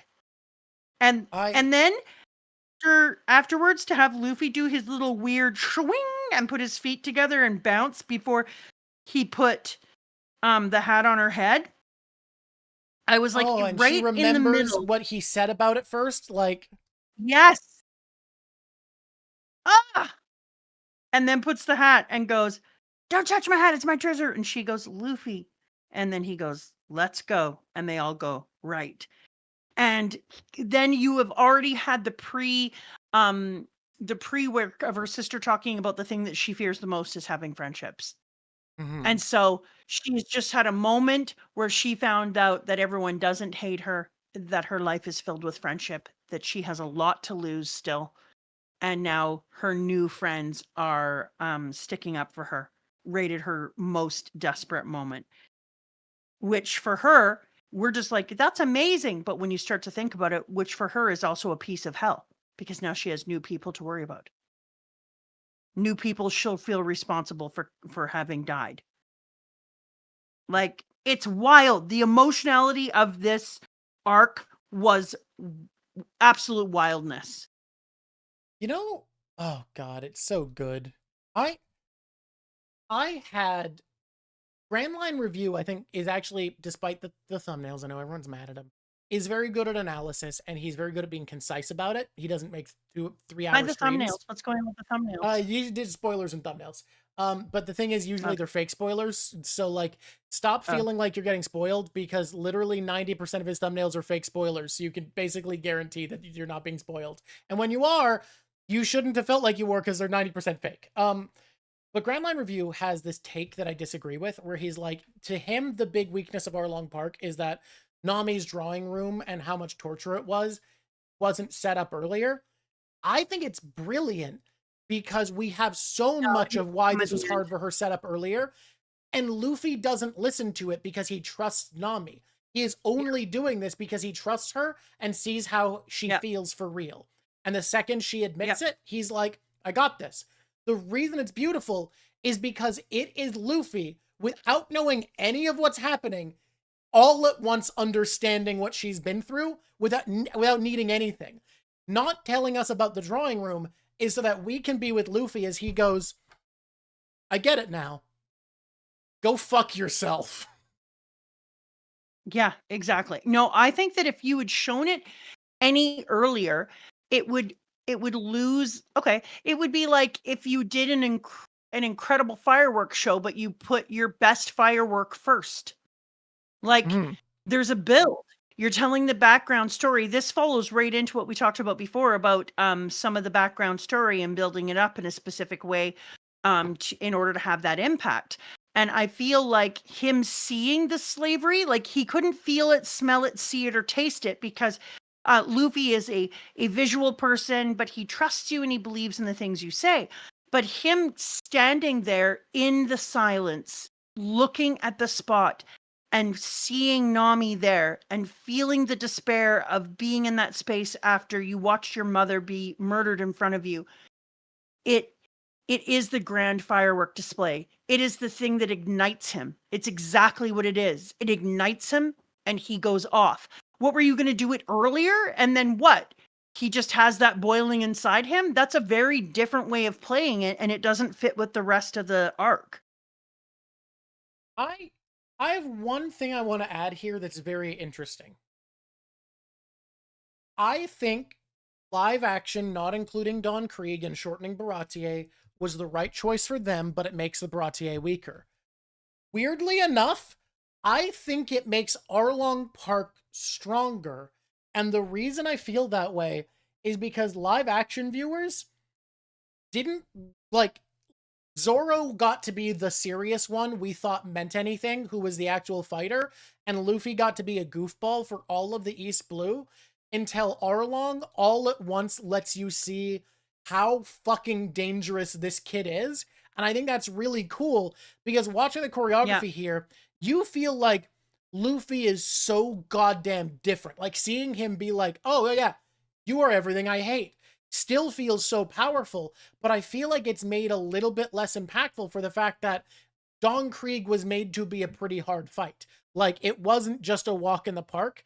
Luffy did just kill him, but it didn't, not kill him, but you know what I mean. But like, Yeah. I think this part, it feels like I kind of wish Luffy hadn't have already had a fight that was at all a big deal where he had to show off how strong he is. Because like, God, I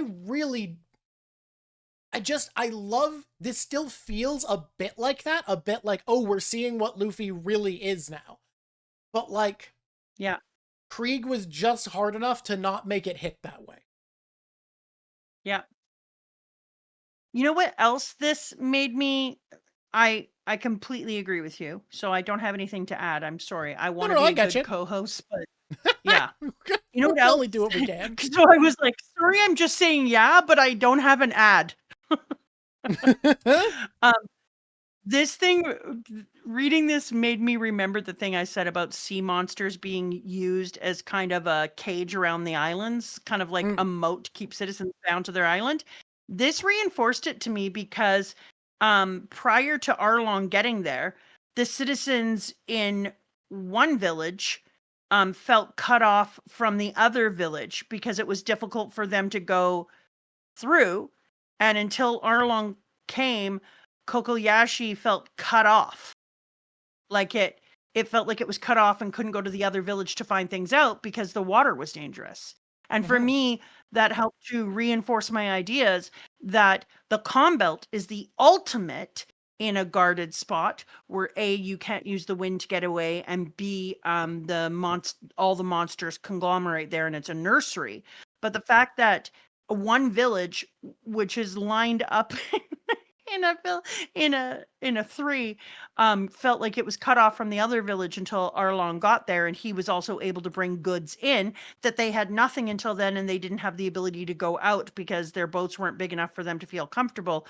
Makes me feel like, yeah, it's like a local rulers, like the marine world is used as a way of keeping normal citizens. And I think like narratively, it's a great gatekeeping device because if the world is going to be flooded, the very best way to keep people debilitated is to put a natural piece of infrastructure like an animal so that you can't leave your island. And this, it was when I heard that one village felt like it was cut off and it couldn't bring supplies in and it couldn't get anything to it, that I was like, well, they can't because they're saying things like it's suicide to swim in the waters, let alone like you can't take out a small boat. You need to actually have a boat big enough to take you safely because of the monsters. I fully agree. I'm still torn on whether or not I think the Sea Kings are placed intentionally, but the idea of the waters being dangerous to control people makes sense, and it's something I could see Emu doing, but they definitely are on the Joy Boy side. So I feel like it's one of those things where we're almost there, but there's some thread to tie it together. I think that there's going to be a moment. Like, I think that Emu may feel like Mu doesn't have to worry about them. He has control of the Sea Kings. But I think that one of the things with Joy Boy coming back is that they can break the control that Emu has of the Sea Kings and change the narrative of how the Kings live their lives. Because the Kings are obviously intelligent. They're having conversations that Luffy and others are picking up on. They're hearing Roger heard them, Momo the Noodles heard them, Luffy heard them. Like over the years, we know people can hear them. They talk, they speak, they have thoughts. So I think that there is just a control put on them that is about to be broken. So now I want to talk about a thing that I noticed that I think is very funny. Now cover stories are tying in a lot with the plot, and that hasn't been the case before. But I want to pitch alternate reality where Nami didn't see the wanted poster get reminded and like took a little bit longer to get to Arlong Park. And the alternate reality is Garp is visiting the East Blue for some reason. Garp is sitting at HQ with Smoker. Got some good donuts here. And Smoker's like, yeah, you know, it's a shame I can't leave. There's this Navy vessel just got sunk. Oh, yeah? Yeah, helmed by a Commodore. What happened? They tried to go after a local pirate, Arlong. I would deal with them, but I've been positioned in this base. And Garp is like, I got an afternoon to kill. Let's go, boys! And then, like, fucking 3 days after he was defeated by Luffy, if Luffy never showed up, like, Garp happened to be in East Blue just as a Commodore got killed by Arlong. I feel like if Luffy didn't beat up Arlong, what would have happened was, fucking 3 days from now, Arlong sitting around being like, yeah! Being a warlord is awesome! Is that an old man in the sky? like, IMO, that's the timeline where Luffy didn't do this. Also, it's really interesting because you can see that there was some thoughtfulness put into there was some thoughtfulness put in by the live action because they did it with Garp was there. Yeah. That was the right call.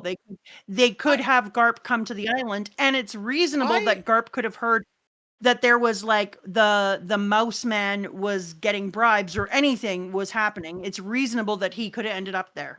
It's definitely the issue I have with live action is I feel like Garp being at Arlong Park at the end worked, and I feel like Garp being part of the plot wasn't well utilized otherwise, and I wish they had have given more thought to how to make Garp and Kobe's plotline interesting, because I don't think it's a bad idea. I just think it was the weakest part of the show for a lot of it. Yeah. Okay, you want to talk about a hitting moment? Bye everybody, bye everyone, I'll be back. And then that sister of mine is something. Have fun, Nami. Look at this, Mr. Genzo. Huh? What's this, doctor? She had this tattoo done. What is this symbol? Yes. It's a tangerine and a pinwheel, she said. Huh. Mr. Genzo, where's your pinwheel? I won't be needing it anymore. God, this hit. And then it showed all of him spinning it and doing it in front of the kids to make them happy. Nami crying as a baby and him spinning it. And then this part, we see going Mary out to see this, and we see the grave of Nami's mom. The skies are clear, and the winds are fair, and the pinwheel merrily spins. And then it says, I won't be needing it anymore. Come on, laugh for me, Nami. Hey, she's laughing. Oh, dude, I teared up. That was the second part that I teared up. It's beautiful. It was so brilliantly layered to not only go into that moment and for him to understand that Nami saw him as her father figure and that her spending those years in forced labor were for him, for everyone, but for her sister and him. Yeah. And her understanding that that pinwheel was for her, so she saw his love and she needed to have symbols of that love with her. Like, it's so beautiful. Come on, Oda. The layering of the past and the future in that moment, and the fact that they say there's no wind and the sky is clear and the pinwheel merrily turns, so we just have this like moment of Nami's mom saying goodbye to her. Like, shut up. Yeah, I got teary there as well. Like, I had a couple of moments in this one. I think this was one of the moments where I really fell in love with One Piece. The next arc that we're going into for me, I think, was the real one. Like, I loved Arlong Park, not for the Arlong moments at all, but for all the story around the Arlong moments. The thing is, Arlong as a character was good, but like, yeah, and a great villain. It really just was the management of him is so much weaker than future villains, but the emotional setup and payoff here is fucking brilliant. The way this characterizes each of the Straw Hats is so well done. The space each of them occupies, Oda getting into his rhythm of how to write these stories about emotions and about people and their motivations. And frankly, Yeah. how well he realized a lesson that I think he hadn't quite figured out in previous arcs, which is, you know how I said Garp would have freed these people? I think he would have. But imagine how much I agree. less they would have valued the world they had after if it was just an old man from the sky punching their bad guy and leaving. They got to be part of the Yeah. story of saving themselves because that's what Luffy does. And now they know the strength it takes and the conviction they need to survive. Like, this place has been made better and happier and stronger and safer because of the way Luffy saves somebody. Because their story Yeah. of them isn't just an old man flying in yelling galaxy impact and they're free. They had to be part of it. And we seen in the past, like, we've seen in the past how Luffy likes people to have their own agency in the story so far, but nothing like this. This one here was, for me, the time when we first see Luffy's true character, that he believes every single person wants to help themselves before he helps them, that they have to have some form of agency first, because he doesn't believe in people just unlike Whitebeard and unlike Shanks, he doesn't believe that you can hold someone's safety and you can make someone safe and comfortable and have a good life just by putting yourself in front of them, because he understands I am a moving piece. I'm not going to be here all the while. It's the whole teach a man to fish narrative. And so Luffy is like, no, I'm not catching a fish for you. You're going to fish. You need to learn to value your freedom and to fight for it.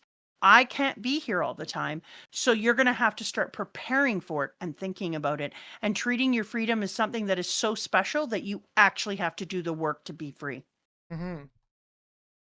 And so that's that Luffy narrative that we talked about before, that we're already seeing this early in the story. And I think that it's amazing. I want to compare it briefly to something else we've seen, because you can compare it to what Bello Betty does when she's freeing people in the Grand Line from pirates, where she's like, yeah, believe in yourselves, you guys fight, I'm going to use my devil fruit. But that's like this understanding of what needs to be done, but trying to create it artificially, of being like, yeah, we're not just going to fight for you, fight with us. But like, Luffy creates it so organically in people. He inspires people and understands where they're at and meets them in their motivation so authentically and organically, while being willing to shoulder the brunt of the actual combat, being like, be part of it, back me up, I can't do it without you, as just part of how he operates, because he is inspiring, because his being inspires people. And I think that's such a noteworthy difference between intellectually understanding what to do and just, because of who you are, doing the right thing. Yeah. And I think if you look through it, I kind of looked at each character and some traits that we see. Like, okay, so for Luffy, you can play along and add or refute, or, be Yep. you. So he refuses to step in until Nami asks him, because he Yep. respects her agency, but it's not just a respect of agency. It's a demand that people want agency. I will protect what you've chosen to fight for, is how I Well, like to think of it. especially Like, because, if you like, don't choose, I'm not doing it. he doesn't just want to free people physically, he wants to free whatever mental block that is inhibiting their ability to be free themselves. And you can't Exactly. do that by force. And we see it all over the place, but the areas I chose are Alabasta, because right away Vivi is like, I'm going to save my own country, and then Luffy doesn't join in until she actually admits to needing help and asks for it. Mm-hmm. He's like, all right. Luffy And literally then hits Enies her like, what are you Lobby. gonna do? What are you gonna do about it? Exactly. And then she's like, God, they were so good for each other. I really love that arc for Mm-hmm. the way that they both make each other such better leaders. Dude, I will always love that arc for I'm that. so worried. I feel like live action's not gonna be good after the showrunner left. Like, their early conversations about what it was going to look like seemed so promising, and now that the showrunners who had so much care for the series are gone, I'm fucking worried. Well, let's not think about it yet. Annie's lobby and the before that with the rescue with Robin with the I want to live. Remember, he doesn't help her and won't help her until she admits to wanting to live. Yep. And then Fishman Island, he lets Jinbei reconcile with his people's history before stepping in. Refuses to fight Don Flamingo Sabbatical, in never mind. Dressrosa until Yep. the people rise up themselves. Won't overthrow Kaido for Wano until the samurais choose to fight for their country's freedom. Like, it's over and over and over. And I just love that he requires you to act in your own agency, or he's like, fuck you. I think that's pretty cool. But you know what else I was realizing is, like, already Zoro is already bought in at this point to Luffy's dream. Like, I already thought that he was bought in before, but it feels like he has total trust in Luffy already. There's no hesitation in following him into the fight. And that his swordsmanship quest is still very personal, but he's already tied his dream to Luffy's dream in Arlong. And then you see it in Thriller Bark when he endures Kuma's pain. And Sabayoti, his despair when he's separated from Luffy, how central Luffy is to him. The post-time skip when he trains with Mihawk for Luffy. Wano, when he says he won't let Luffy fail as a pirate king. Like, that one is over and over again too, which I think is important because I think he's saying my dream matters because your dream matters. Like, I think that they are inexorably tied together. Yeah, I did one for each one of them, and I won't go through them all because that's a lot. I mean, up to you. But I mean, I don't know if people want to hear a whole thing. Who knows? I can't read their minds. About the character development of the people. All right, I'll do a couple more. So I think with Gotta do Nami. Nami, pardon? Yeah, do Nami. She's so important. Yeah. So she endures 8 years of sacrifice, reviled by the village, in her opinion. She saves money in secret, showing her strength. Like, she has such determination and strength, and she finally only asks for help once she's exhausted. And so I was thinking that Nami is already showing, because I think that I undersold, to me, undersold her strength as a character separate from Luffy, and how calculating and how brilliant she is.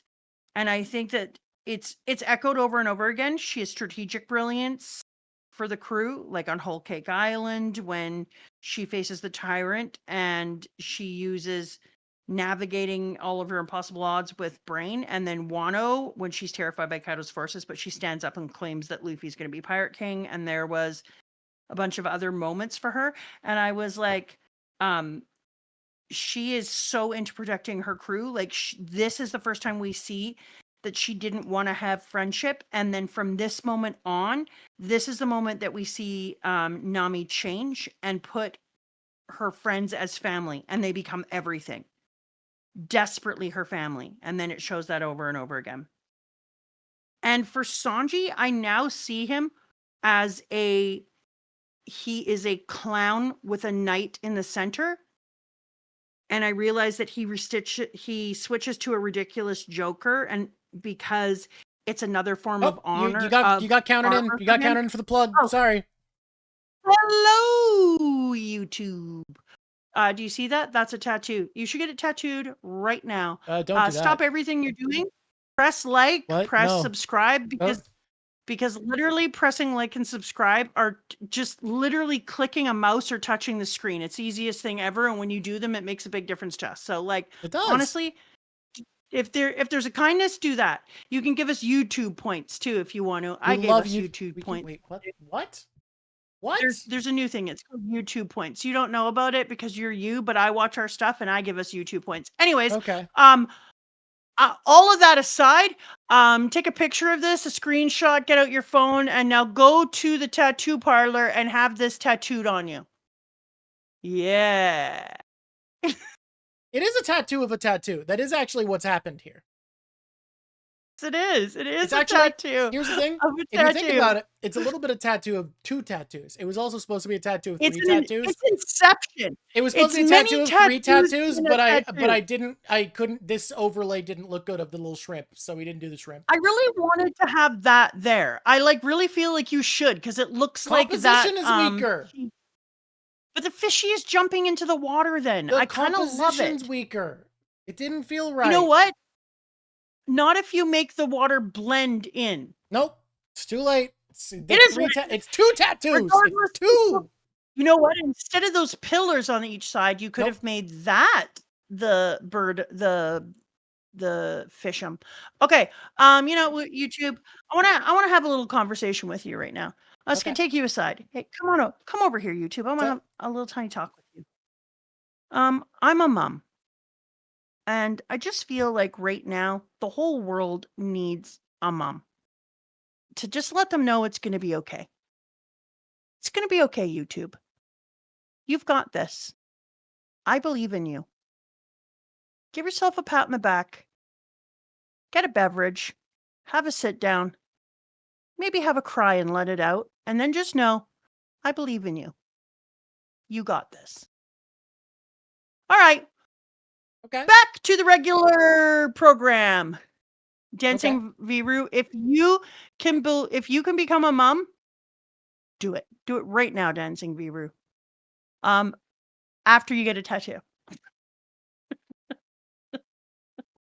You can tell I'm a mom because I'm convincing YouTube to go and get a tattoo immediately. That's what moms do all the time. They're famous for it. All the time. Moms are famous for going, why aren't you getting a tattoo? All you need is a tattoo. The world can be a bitter place. Why don't you be the joy boy to the current world? Go bring somebody some happiness. Go bring somebody some happiness Share today. your chili. Hey, I like your socks. Hey, here's some chili. Hey, I planted some flowers in your garden. You're allergic to them. I apologize. Yeah. Oh, I'm not doing so all you're of it, but I'm saying go doing into someone's garden, add flowers specifically that they're allergic to. That's how you add brightness to the world. No, you didn't know they were allergic to them. That happened afterwards. Oh, okay. So it's an accident. Sometimes on the How path allergic to niceness, are we talking? minor allergy. Well, that's good. You should probably still replant different flowers later on. When I have time. Sometimes you're in the middle of shit. You're trying to be nice and it backfires. But that's okay. Just because it backfires doesn't mean you should stop being nice. It just means, like, okay, now you've learned to ask people if they have allergies first. You've learned a lesson. You've learned a lesson in life. That's funny because Maybe the thing that I before said you plant flowers, the be thing like, that I said of "Are getting you people allergic?" chili, I did ask about allergies first. Did you? Yeah. I'm so proud of you right now. Do you see that, YouTube? Do you see how Drawk learned? He asked about allergies prior to giving people food. That's a nice thing to do. You probably shouldn't kill people with your Most food. people agree. Most people, 9 out of 10 doctors agree.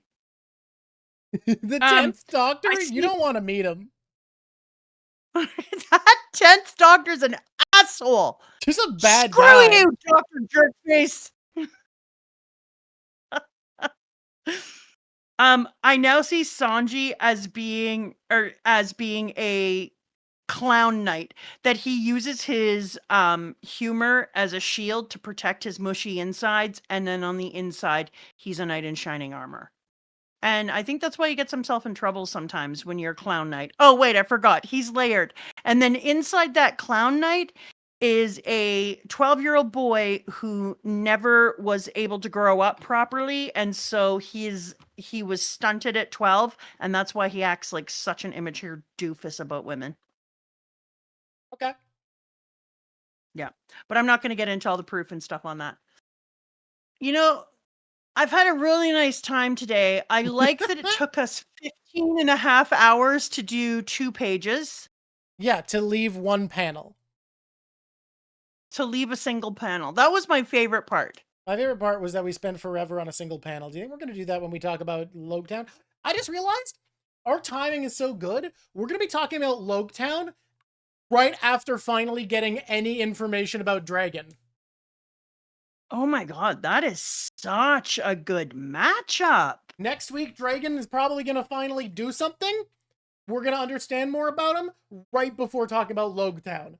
Wow. Not gonna lie, it's about time. This bitch here, this dragony bitch, Yeah. I have been I still have this asshole sitting on my desk talking about these things will exist. Gold Roger. A pirate, eh? Not a bad idea. I still have that on my desk. I'm waiting for anything. For anything from this bitch. He is facing east, obviously. I'm not an asshole. Like, he loves to look obviously. east. He just loves it.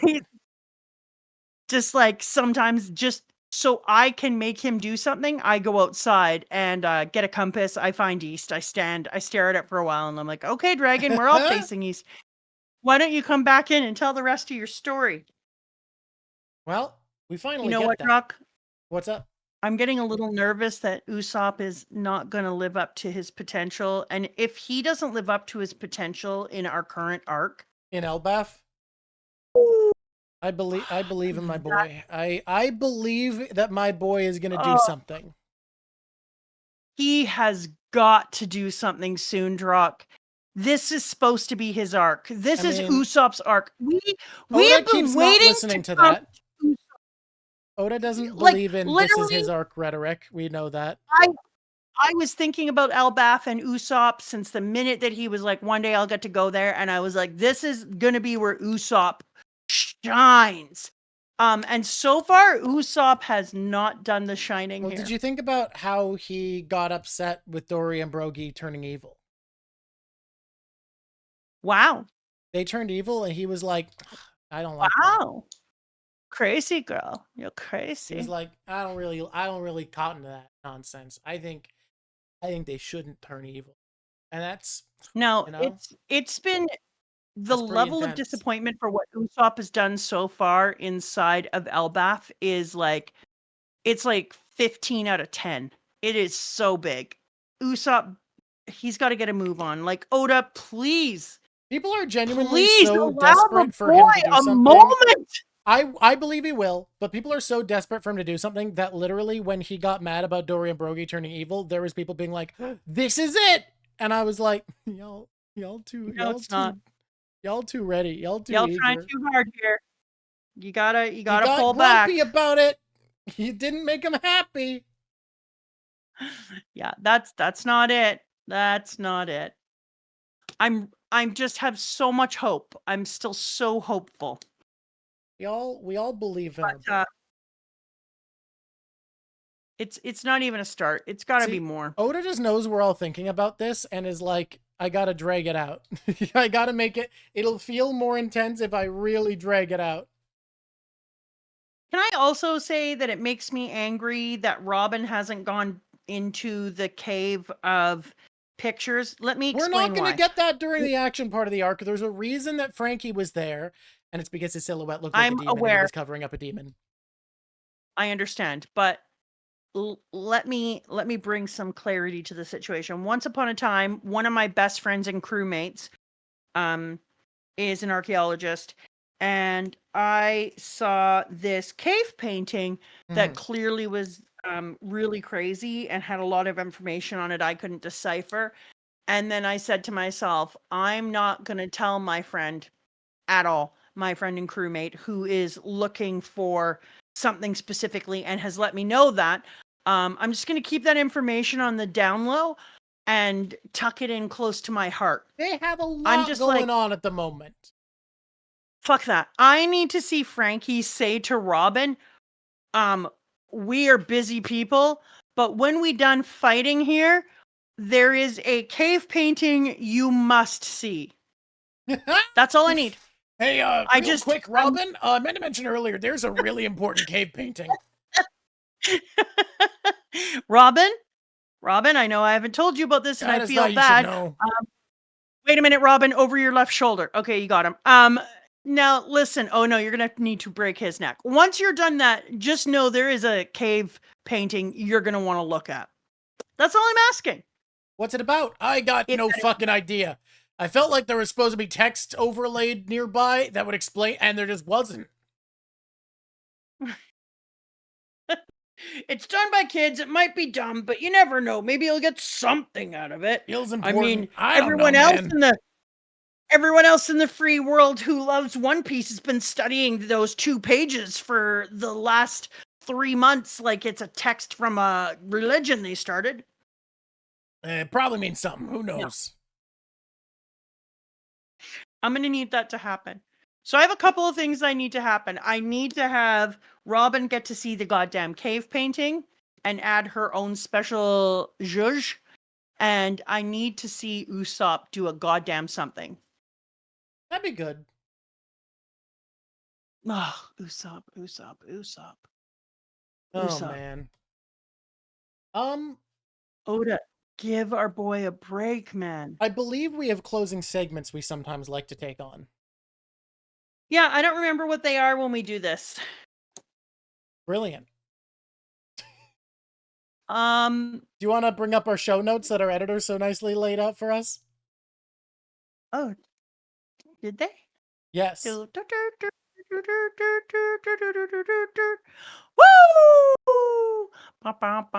These are the show notes noises, by the way. This is the song of show notes.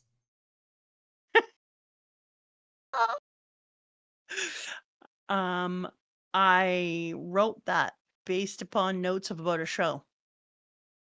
Did they put them in our special area? Oh my god. I'll go look at the show notes.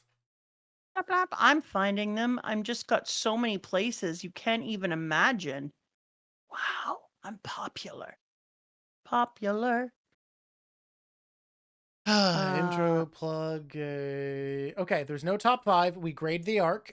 I do a letter grade against the whole manga. You grade as a standalone story. Fair. And then we both are going to pick a character from this arc that was important and say where we think they'll end up at the end of the story. Okay. Ready? On the bell curve of One Piece, will give this an A-. There's flaws in the delivery. The choreography is not there yet. We're still developing our toolkit. We're getting better. But this is really good. This compares. There are Grand Line and post-time skip arcs this competes with and even beats. And you know what? That's A- territory. Damn. Interestingly, I also give it an A-. Really? That's curious. Yeah. I think as a standalone, if I was reading this and it wasn't attached to anything else, I would be like, this is nearly perfect, but the part that wasn't perfect for me was the disappearing people and feeling like we were in a poker fight. But emotionally, it was one of the deepest, most rich things I've read in a long time. And it would compel me to want more chapters. So it's an A-. It doesn't feel like it's all the way there, but it is really good. Radical. And to me, an A- is really good. I wish I was allowed to give A- in school. I want B+, B- and stuff. I thought about B+. I'm a low A-. I was debating B+, but genuinely, you know what? Making me cry on reread is impressive. That's a good amount. And this story is very teared concise. Up twice. Yeah. No, I got a little like, you know, that nose tingly where you might tear up. Yeah. I got a little of that when Luffy. I got a little of that when Luffy went into the room she was held prisoner. Fair. Baby face. Okay, according to our notes, we now pick a number between 1 and 20 for a special squishy to think. Would you like to give me a number? After we do that, is that when we pick a person and where they're going to be? Oh, right, we do that first. I forgot we had a second close. I'm so good at it. This is tough. Oh god, this is hard because a lot of them feel obvious. Like a lot of the people that are going anywhere feels like Straw Hats. Like it doesn't feel like there's a lot of movement from other people. Like, do we need to pick a person who isn't a big deal in here? Like, nah. We don't do MVPs, Raps. There's no top 5s. We don't do top 5s on rereads.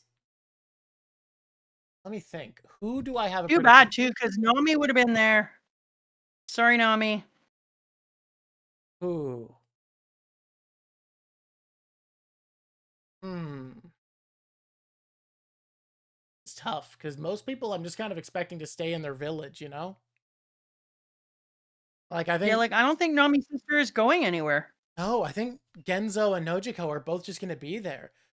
We're not doing top fives. Why are you suggesting more? What is the answer to we're not doing top fives? What about a different top five?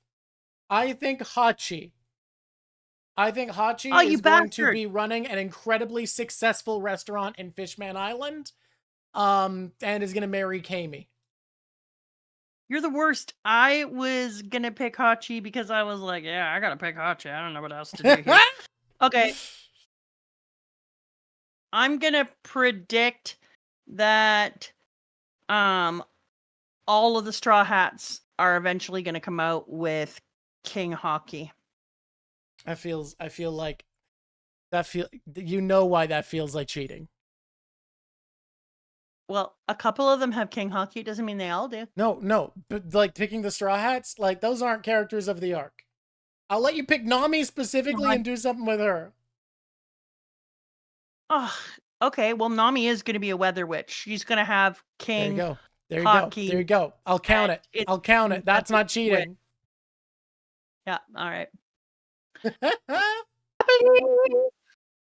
I believe in Naomi. I'm gonna put Nami in the top 5. She's my number 1, and nobody else is in the list. Yeah, you got her number 1 and the top 5. We did it. Granted, yes, she got lowered. She got lowered, but you got to remember we were counting Logetown 2 for the top 5 at this point, and we were still putting Luffy on the list. 16. Now I need to find the list. Someday it may happen that a victim must be found. I've got a little list. There they are. Number 16. Yay! Thank you, Richard Grant. You are the special squishy of the episode and have a human name. Richard Grant! My God, don't you feel like Richard Grant should be a spy? That is a spy ass name. Like Richard Grant is like that's a fake ass spy name that somebody is like, what's your name? Richard Grant. Just name. That's just I've name. Got a little list. Hey, I've got thank a you little to the list. crew tier patrons, Dark Akuro, Draco Beam, Dr. Jack, Dancing Viru, and then the 2 who don't start with a D, Icy Knives and NX Love. My God, I can't believe we have 2 who don't start with a D. That's crazy. Weird. 2 out of 6 don't start with a D. John Smith feels like cheating. You're just like, I'm going to be John Smith. Name. That's not real. Richard Grant. That man is CIA for sure.